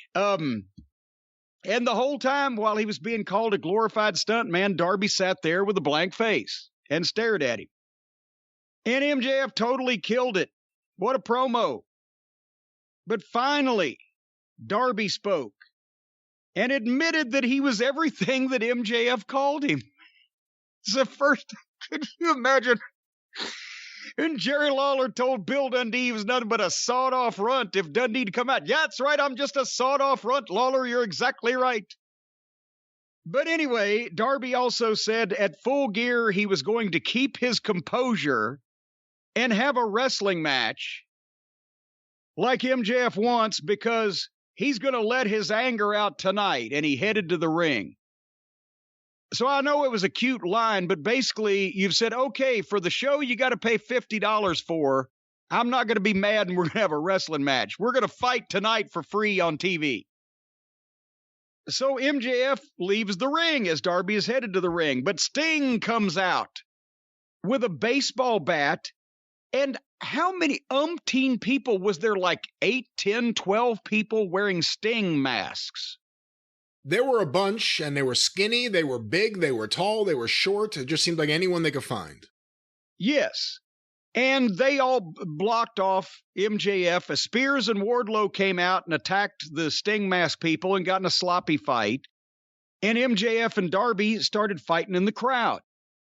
And at least their shit looked better, but you can tell that nobody has any heat and nobody gives a shit really truly about anything because they were in the aisleway. If they had security people around them, they were hid well. They did. And by the way, they did. Did they have security? Yeah, there were at least a couple of guys there, but they were hidden pretty well so that if you didn't know what to look for, you wouldn't realize it was security. Well, exactly. And so, to my point, nobody tried to goddamn pop MJF once. Nobody tried to help Darby. Nobody got a fucking kick in the balls in. Nobody stepped on his toe. Nobody put the short right to the fucking jaw. As an experienced heel, I would have rather faced a gun at ringside inside the railing than gone out in the people, because you would never see it coming. You couldn't tell which way, who was hitting you and from what direction. If you were in the aisleway by yourself or with a fucking baby face having a fight, you were going to lose it real quick. So now they just let them fight and spread out for them. So nobody cares. But finally, Darby comes out from under it and clotheslines MJF into the ringside area, and MJF ran back into the crowd, and they played some music, and it was over with. So, again, before the pay-per-view, the babyface gets the last word on the heel. Not only that, he tells the people that they're going to have a nice wrestling match at the pay-per-view because he's going to kick the shit out of him here, but then he didn't really kick the shit out of him like he'd want. I don't know what the fuck the logic here was. If you don't have a spot where the heel can get some more heat on the babyface before his vindication at the pay-per-view, don't have him get into a physical situation. If Darby Allin is not going to get his physical vindication at the pay-per-view, then he might have actually needed to fucking kick some more of MJF's ass here, but without all the Sting people and the Sting and the fucking Sting masks and the clutter that just confused the issue. It was a little busy, a little pitchy. I'll say something about this segment in a moment, but in general, whatever MJF does next, we've seen MJF in a lot of feuds, from Cody to now Darby. We saw the Jericho thing, him and Moxley way back. Whoever MJF feuds with next, let him get heat before he gets touched. MJF is getting thrown into pools or attacked or shit before a pay-per-view match every single time. He goes out there, he gets people to want to kill him, and then they kill him, and then you're supposed to watch the match. I think that's one of the big mistakes in general with MJF's booking. Don't let anyone touch him until people pay to see him get his ass kicked. Now, with that said, I think MJF's promo was fantastic here. I think the way they shot it added a lot to it, because it wasn't from that same boring stationary angle. They couldn't, because of where he was. And it wasn't from in the ring. It was a shot as he was leaning over the ropes. I thought it looked great. I could even deal with Darby sitting there quietly not saying anything. Why does Darby have a mic? Where did he get the mic? I'd like to know that. Whatever was happening on that stage with Sting and the crew of weirdos and Wardlow and Spears, we saw almost none of, and we have no idea what the hell was going on over there, so I'm not sure. I thought MJF took a great bump over the barricade when Darby ran down to clothesline him, but like you said, there's no heat, but I can't expect there would be heat nowadays. These fans are not going to attack anyone. And if they jump the rail, it's to get attention. It's not to hurt someone. Okay, here's a question for you, though. You're closer to this age group than I am. Is it a common thing now for people of Darby Allin's age to just sit there if somebody is calling them every name in the book and insulting their family and their friends and their dog and their house and saying horrible things? Do they just sit there and let those people do it these days? I don't know if it happens much these days. That's the problem. Everyone's quiet, sitting off in the corner, hoping not to offend anyone. Well, speaking of offending people, the all-time world champion at offending AEW fans was up next. Cody was back in the ring against Andre Oliolio, with Andre's assistant in his corner and with Arn Anderson, of course, serving his penance in Cody's corner. I mean, they started hot. And it was a fight. There's nothing wrong with either of these guys' work. The work is not the issue. They went for a few minutes and Cody got shoved off the top to the floor for a break spot. And they went to the break. When they came back, Cody was starting to make a little comeback, or soon after made a little comeback to a cacophony of cat calls. And again, we've talked about it, the way that he's somehow managed to do this. Cody Rhodes has good wrestling matches, and the people hate him. And the Hardy Boys have shit fests, and these people love them. And when you actually think about it, secretly, the Hardy Boys are much more rotten people than Cody is, personally, really, but they just do a better job of hiding it. They went back and forth some more. Cody made the flip-flop and fly comeback, and they booed that. Andre, the heel, got the figure 4, and they cheered. Cody reversed it, turned it over, and they booed. The assistant popped up on the apron, and Arn nailed him. And Cody went for a dive on Andre, who was out on the floor, while the referee was dealing with the other guys. And FTR suddenly appeared from under the ring and held up their belts, and Cody dove into him. Now, that was a piece of timing. I don't know how they got him under the ring. But boom, he dives into the belts. FTR goes back under the ring. Andre rolls Cody in, hits him with a DDT, 1, 2, 3, and gets a huge ovation. I've never seen, I mean, it was, even when they were booing Cena and Reigns, when they were baby faces, was it with this vehemence that they just, because this is a completely smart crowd, and they just despise Cody at this point. Yeah, I think that's the big difference, is that this is a smart crowd as opposed to a crowd where you had that dynamic of either smart fans or just mature fans booing Cena and children and women cheering Cena. You don't really have that breakdown of the audience fabric here with Cody. The breakdown of the audience fabric. So FTR and Tully got in and hugged Andre and held Cody, so Andre give him a big boot and get some heat on Cody. Cash's punches looked good. He wasn't just windmilling Cody's right pectoral. And then Arn and Tully faced off. Because Arn gets in like, hey, what the fuck? And he and Tully start jawing, and I'm thinking, well, let's see something here. And then here comes the Lucha Brothers. And Tully bailed out. We didn't get to see anything with Tully and Arn. And now, again, the Lucha Brothers and FTR is what we've got coming up. So now it's the Lucha Brothers and FTR in a 4-way in the ring. And one of the Lucha Brothers and Dax got so discombobulated, they tried the same thing 3 times, and the Lucha Brother apparently couldn't get it. And I asked at this point, I wrote myself a note, why do FTR have luchadors hung around their necks like anchors? The complete diametric opposite style of pro wrestling of what FTR is, and they've got to work with them. And then Dax had to stand there for a double super kick, but fortunately one guy completely missed and went 3 feet behind his head.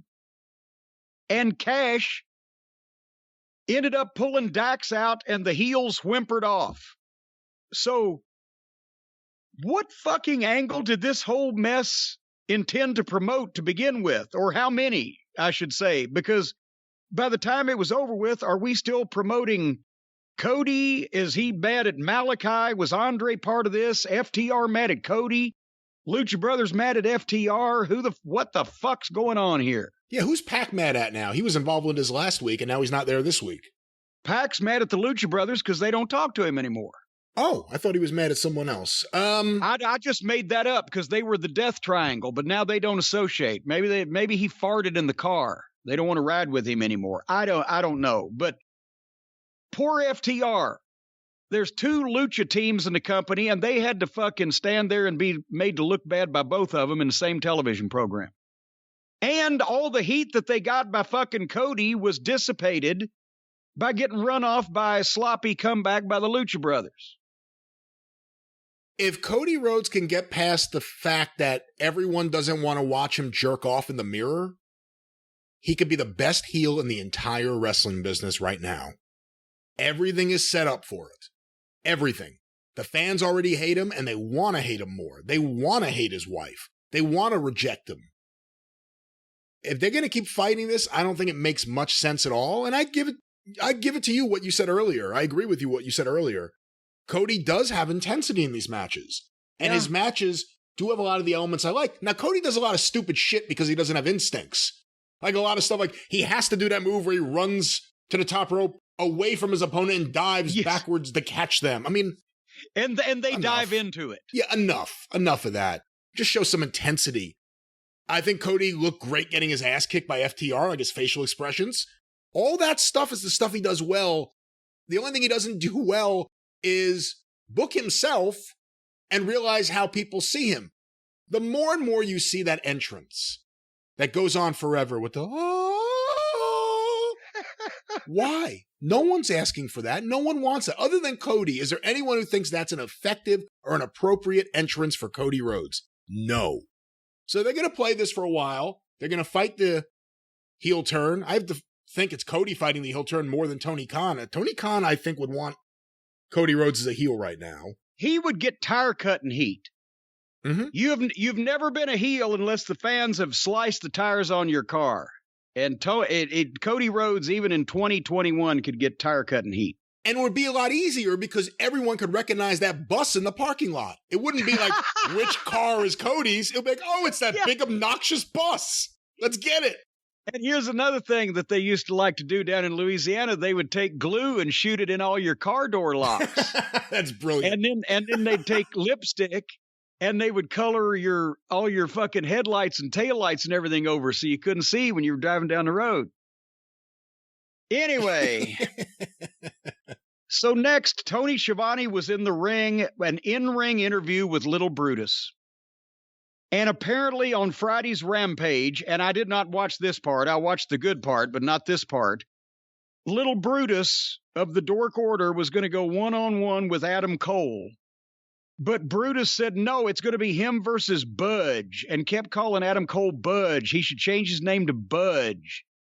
And it's some joke from the Hardly Boys' YouTube show, comedy show that nobody watches, that they're carrying over to this. But so now Adam Cole is being mocked and having his name changed by a 5'2" job guy that looks like one of the great midget wrestlers in history and is going to be wrestling competitive matches against him on the Friday show. So this was borderline cable access show level quality here. And then we got to our main event of the evening. The tournament for I don't know if they've said it's tournament for the number one contender, but the winner of the tournament gets a title shot, right, in the future. And this was the tournament that we mentioned, had it 8-guy tournament with 6 baby faces and 2 heels, and one of the heels was a Dork Order job guy that Moxley beat in a minute or whatever. Right, and we did think Moxley was going to turn heel at the end of this. Well, yes, because it looked like that. So now they had to get somebody else in to take his place, and Punk covered his loophole with why he couldn't do it. So Miro is in it because he threatened God over the issue. And it's Miro against Pockets. I've mentioned this before. I'm not going to dwell on it, but Jesus H. Christ. You've got a tournament for someone to get a shot at your world championship, and the fact that you put the company mascot in it to begin with just killed all the credibility of it, much less sending him to the second round, where now he went. I thought if this is a minute, it's okay, but they booked it as the main event of the TV program, and it went nearly 10 minutes.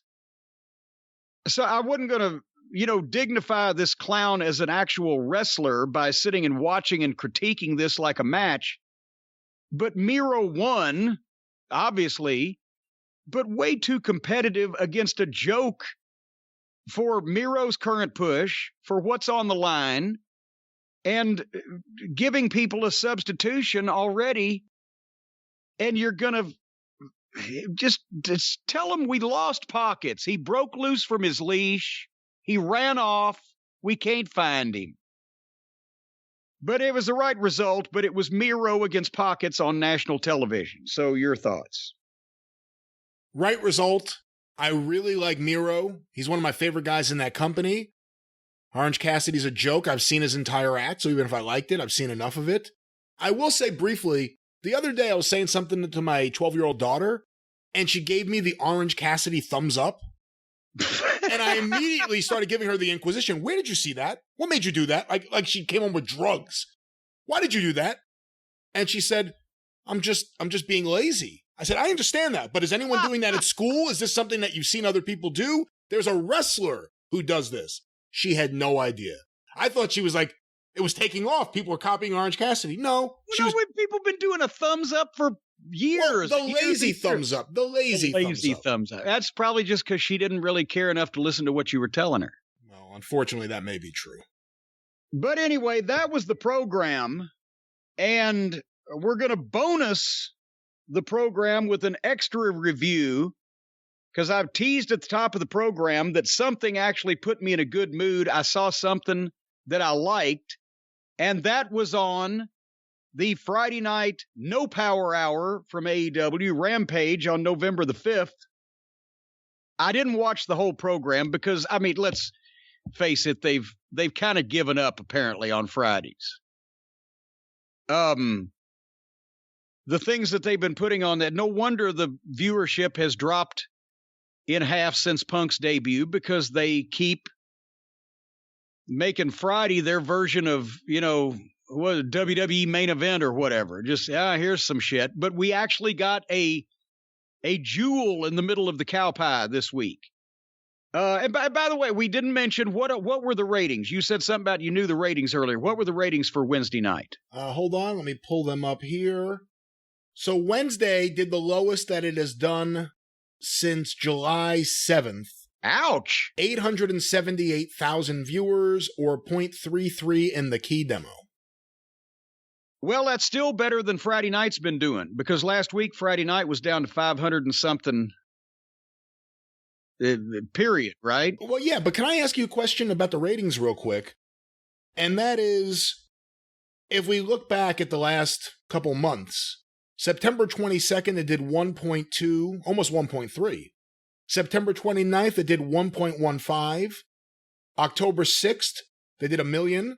And then they had the Saturdays, 727,000, 575,000. Back to Wednesdays, 941, now 878. Do you think there's people that they lost when they went to Saturday and didn't come back? Do you think this is because of the Ghostbusters on TV last week? Is there anything that you could point to that the numbers haven't recovered since they went back to Wednesday nights? Well, it sometimes, in all honesty, when a TV show changes, especially a wrestling show, changes time slots, that's one of the first things I learned when I got into business, or even before I was into business, from Christine Jarrett. Wrestling fans are creatures of habit. Anytime your TV is changed, the most dedicated ones will find it, but you'll still lose some people. However, after a week or two of it being restored to its normal time slot, that usually rectified itself down through history, because people would be looking at that time and date, every week for their wrestling program. So they came back to a stronger number from Saturdays than they got the second week they were back off of Saturdays. So it's going in the wrong direction. It started out higher, it's going lower. So that doesn't make sense with we lost people because we switched to Saturday. What I think they lost people on was for every segment that they do that, like the one we're about to talk about, that would have fit on any wrestling program anywhere at any time period and been good. You got the Ghostbusters, and you got the guy with the hands in his pockets, and you got the stupid comedy, and you've got the people that don't believe what they're saying, and you can tell, and you got all that other stuff. And, it's hard to, if they loaded up on this great new talent and every segment was rocking and every segment was hitting on all cylinders and more people were starting to watch the program because they're saying, hey, this shit's great, that would be cause for celebration. But they get eyeballs on a big debut or a big hot shot of something, and those eyeballs don't stay because those people who are not drinking the Kool-Aid and not predisposed to love AEW with every fiber of their being, they're the ones that come in for the big thing. They see the other shit that looks like kids playing, and they don't come back. And they've been bumping their head on the same type of number give or take, since they started, because there is a base audience for comedy wrestling, and the other people want to be fucking impressed. If they had a 2-hour show that was as good as the segment between CM Punk and Eddie Kingston was on their Friday night show every week, they would be beating Raw and SmackDown. Because I have not seen anything on a wrestling program that reminded me so much of professional wrestling in years. It was a simple deal. Punk said, I'm coming to accept Eddie Kingston's apology for disrespecting me. Well, Eddie Kingston probably don't want to apologize, so I wonder what's going to happen. We got to find out. And they fucking pulled it off. They bring Punk out before the break, and then after the break, he jokes about how he's got to stand in the ring for 3.5 minutes. Just to, again, everybody knows he's been doing that. The viewers at home, it's a way of just saying a little throwaway line that said, well, he's telling the truth. He's not bullshitting. And then he invites Eddie Kingston out to my ring. And they play the music, but then it stops. And then there's the awkward moment. Well, maybe he's not here. Maybe he just likes to interrupt me. And then here comes Kingston down with no music and pissed face. And he gets in and starts mocking Punk, and he's immediately confrontational. And this was great on both guys' parts. I wrote, this is an argument. I started smiling when I was watching this. It reminded me of a wrestling program. It sounded real. Nobody wrote this shit for those guys. They were saying shit that they came up with that it sounded like they were mostly coming up with off the top of their head. They referenced enough names that people know. They've had a history. They've had a backstory. They started in Ring of Honor. This is a smart crowd, so everything registered. Eddie got the people chanting for him as a babyface because he was so indignant, and he carried it off the way that he does. And then Punk was not over the top like Eddie and screaming, but he talked like Punk and said, hey, I wasn't the only one that judged you, Eddie. We all judged you, Joe and Homicide and blah, blah, blah, and you fell short. You had all the talent in the world, but you're a bum. And then, again, all Kingston has to do is answer what's been said. I'm not a bum. Nobody wanted you here in this company. And he's rallying the people by it. It was fucking great. And then Eddie does the challenge for Full Gear. Punk said, well, why don't we do it, where you belong, like on Elevation or Dark? That was a great line. I swear to God, I used to give a videotape of an argument between Jerry Lawler and Jimmy Valiant on live Memphis TV that they had in 1979 that was completely off the cuff. And they didn't write shit back then. They just said, we're going to have an argument. And it was so fucking good. And one of the things that it was a reason for Valiant to turn heel that day. But one of the things that was said was that Valiant wanted to get in on the main event that Lawler and Dundee were booked in on Monday night in Memphis. And Lawler said, no, handsome, you're not in that match. You're in one of the preliminary matches. You know what a preliminary match is. That's where they put the preliminary wrestlers. And that's what you are.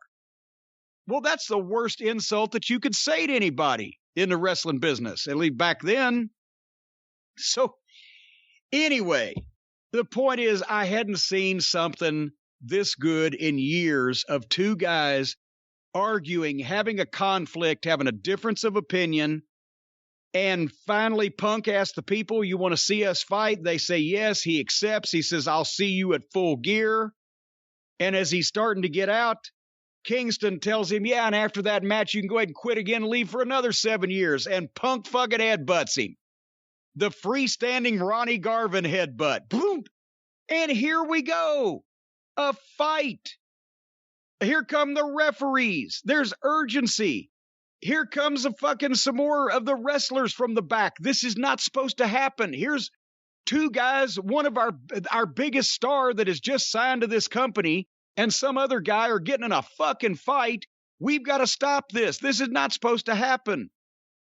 A pull apart, a break loose. Here comes the security guys. Then Punk does a break loose and does the big dive.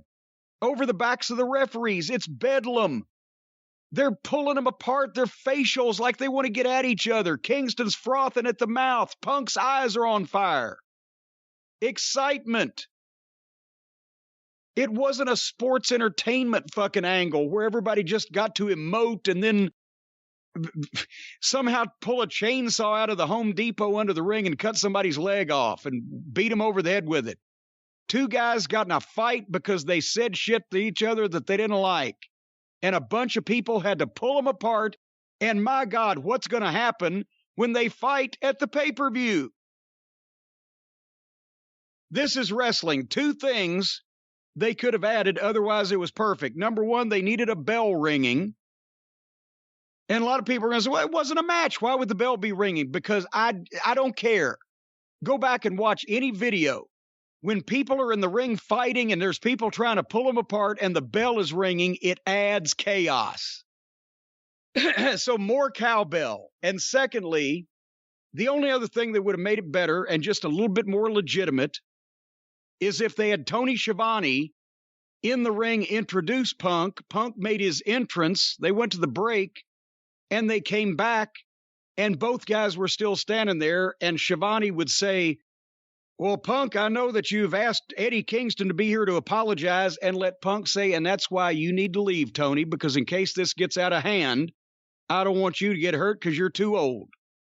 And that way he could take the microphone and do the same thing they'd done, and it's like somebody hosting the show had sanctioned him being in the ring and what he was there for, and it just adds a little extra subliminal layer of legitimacy. Otherwise than that, this was fucking great.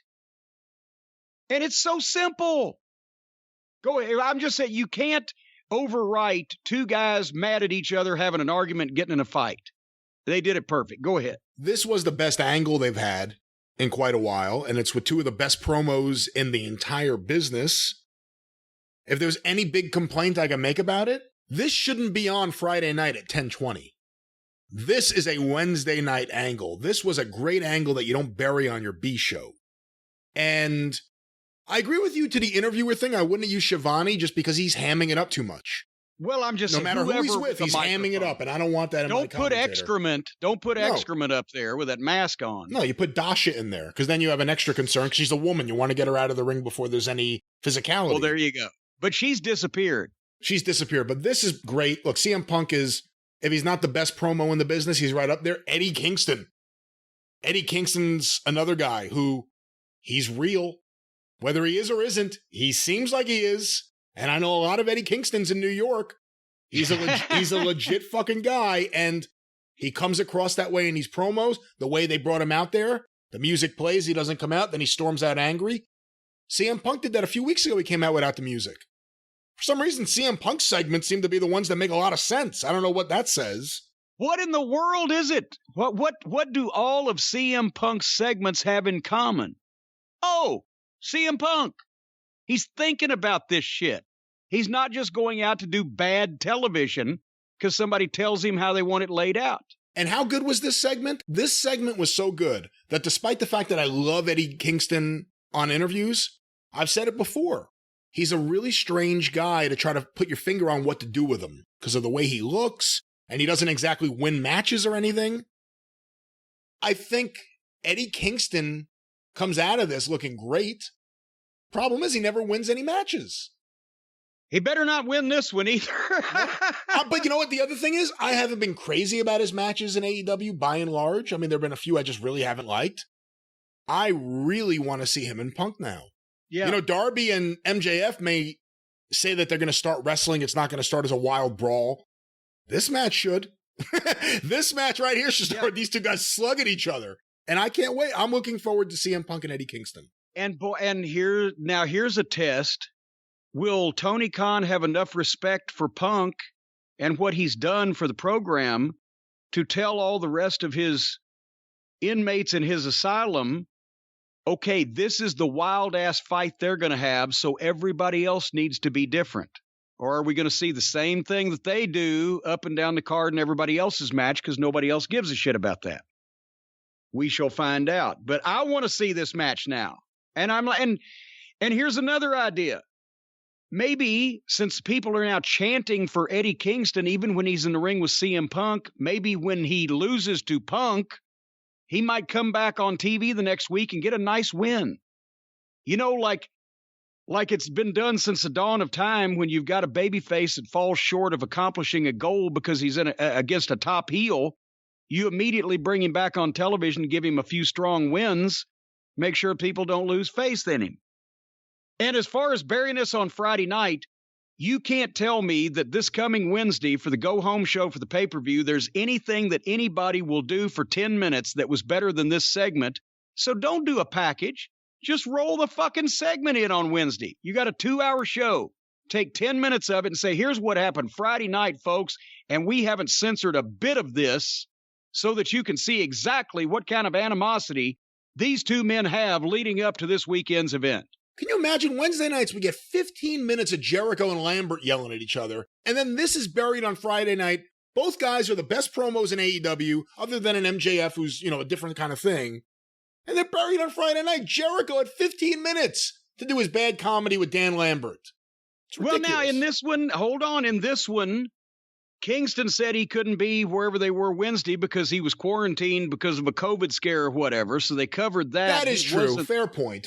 He wasn't there. And again, you want people to watch the Friday night show. Apparently they still do. So it's not bad that something would happen on Friday night, but then show it back on Wednesday to show all those people what they could have seen if they watched the Friday night show. And it wouldn't be Little Brutus versus Adam Cole or whatever. It would be CM Punk and Eddie Kingston trying to rip each other's throats out. Well, here's another thing. Keep CM Punk off that Friday show. He's been on it way too much, I think.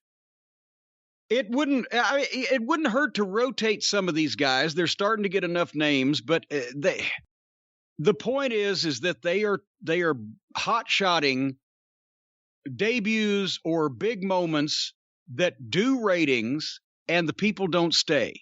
That means they're seeing something else in the program other than what they came to see that turns them off instead of more on. So you need to address that. And whether anybody wants to believe it or not, the base audience that AEW has that wants and accepts comedy and parody of wrestling, they've already got all of them, and they're welcome to them.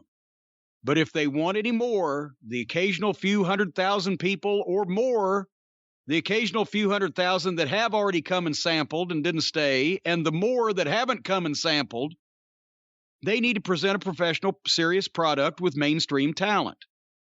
And they need to stop burning through everything in every program to the point where, this again? They're beheading someone else? Well, they just did that 3 segments ago. If everything is chaos, then there is no chaos because chaos is the norm. Multiple angles on the same show do not register, and it just confuses people and runs them off. There, I've said it, and that's it. But we shall see next week what they learn. And also on the drive-through a week from this coming Monday or Tuesday, we'll have that. No. Yeah, I guess it's next weekend. It's next weekend, yeah. Yes, it's next. So the drive-through a week from now, we'll talk about Full Gear.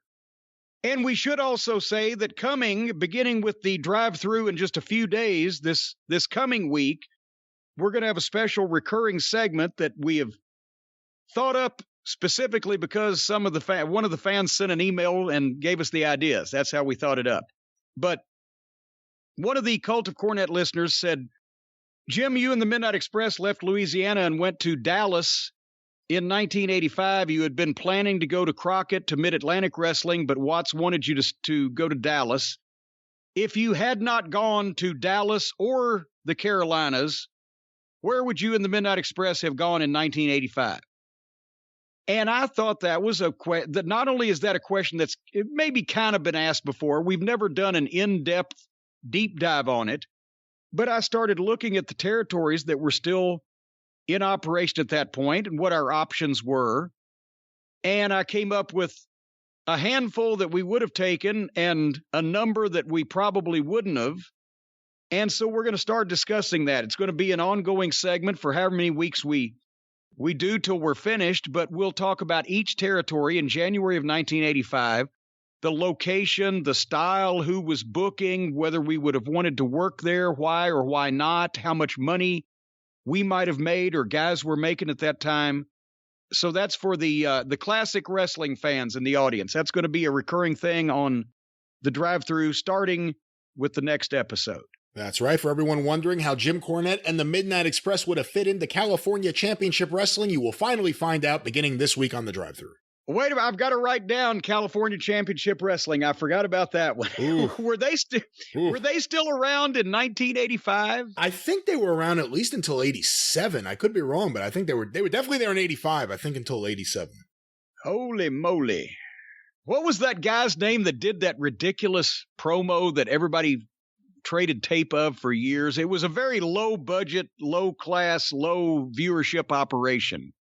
And for the viewers out there who might not know what we're talking about, and a lot of the tape traders traded some of those tapes because they were so cringeworthy.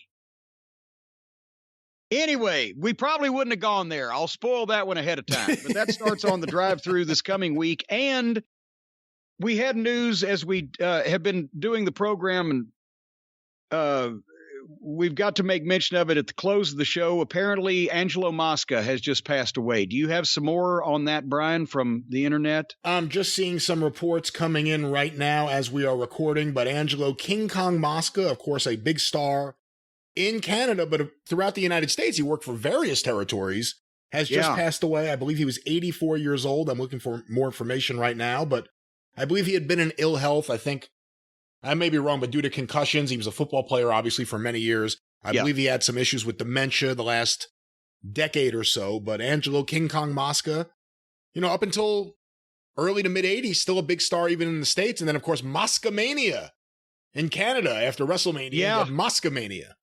Well, and also, you mentioned that he was not only up there in years, but also he had played pro football and then wrestled for 20 or 30 years or whatever. So, of course, he did have some dementia. And he was famous for, God, was it 10 years ago or maybe even a little less? There was a Canadian Football League reunion. Yeah. And he and another football player had a goddamn beef from the 60s.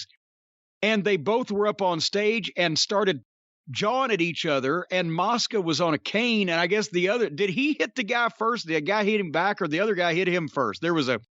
There was an exchange of blows, and Mosca tripped and fell down, and his cane was underneath him, and they were having to pull these. I don't think he tripped and fell down. 70-something-year-old fucking men.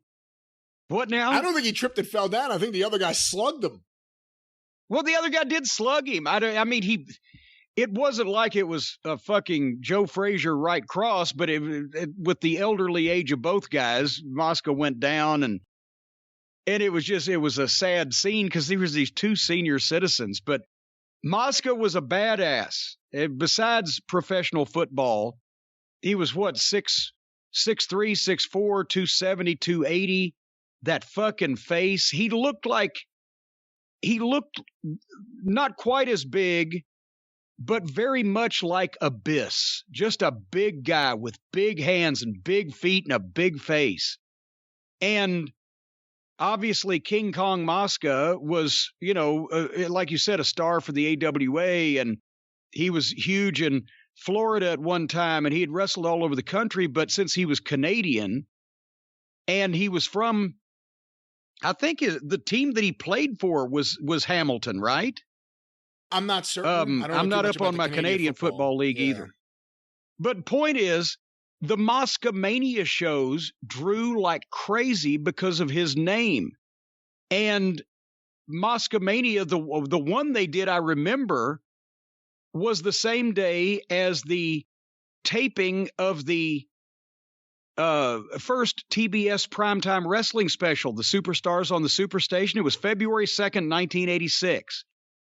We were in Charlotte with the Rock and Roll Express. That was when we sold out Charlotte Coliseum with no Dusty, no Flair, no Road Warriors for the afternoon show. And then because they were all at the Cops Coliseum in Hamilton, for Moscomania, which drew, as I recall, between 10 and 12,000 people. It was $100,000 gate. And Angelo Mosca was the local promoter. That's how Crockett was getting back at Tunney in Toronto for going with Vince by having Angelo Mosca be his local promoter in Hamilton, Ontario, just right down the road, and running these big events in Hamilton. And they did several of them, and they drew well because Mosca was such a name. But, so I hate to hear that he's passed away, but obviously at that age and with that type of career and everything, we can't all of us live forever. But he was another one of a guy is an original. You don't find people like that anymore walking around, and that was the kind of characters that were in the wrestling business. And a great example of a guy who was a big star, could do a promo, he could be a heel, could be a babyface, was a badass, and then his son got involved in the wrestling business. Oh! And boy, Angelo Mosca Jr. in 83. There's footage around of him trying to apply the figure 4. That is one of the funniest things I've ever seen. Yes. Well, there's footage of him trying to do promos where it's like that he's just hearing the English words that he's speaking for the first time, and the look on his face is like a surprise that they're coming out. He was a nice kid. He just wasn't a good wrestler or good public speaker, but he was a nice kid. But the acorn fell a distance from the tree, then rolled down the hill and was swept away in the stream. All right then. There you have it. But our condolences to Mosca's fans, friends, family, and et cetera. Again, another Hall of Famer, Angelo Mosca. Did you ever see him live? Oh, God, yes. I want to say the first time I saw him was when Crockett was running the Cincinnati Gardens. Maybe I'm misremembering, when I went up as a fan before I was in the business. And then I saw him somehow 2 or 3 times. Not often, but a couple of times. Follow up? That seemed to placate your curiosity. That placated my curiosity, and of course, we all send our condolences to the family and friends of Angelo King Kong Mosca, a legend in wrestling and, of course, in Canadian football. All righty then, and we're going to be legends in podcasting again when we do it all over in a few days with the drive-through. I'm not even going to say a specific day. With the way things are going, we never know about these things. We'll start the recurring segment on reviewing territories for suitable employment in 1985. We're going to be back with this program, The Experience, next week, hopefully on our normal day, but we will see again what happens there. And have I told the people all they need to know? I believe so. That is all the people need to know. That is all the people need to know. We'll see you next time and next week. Until then, thank you, fuck you, and bye-bye, everybody.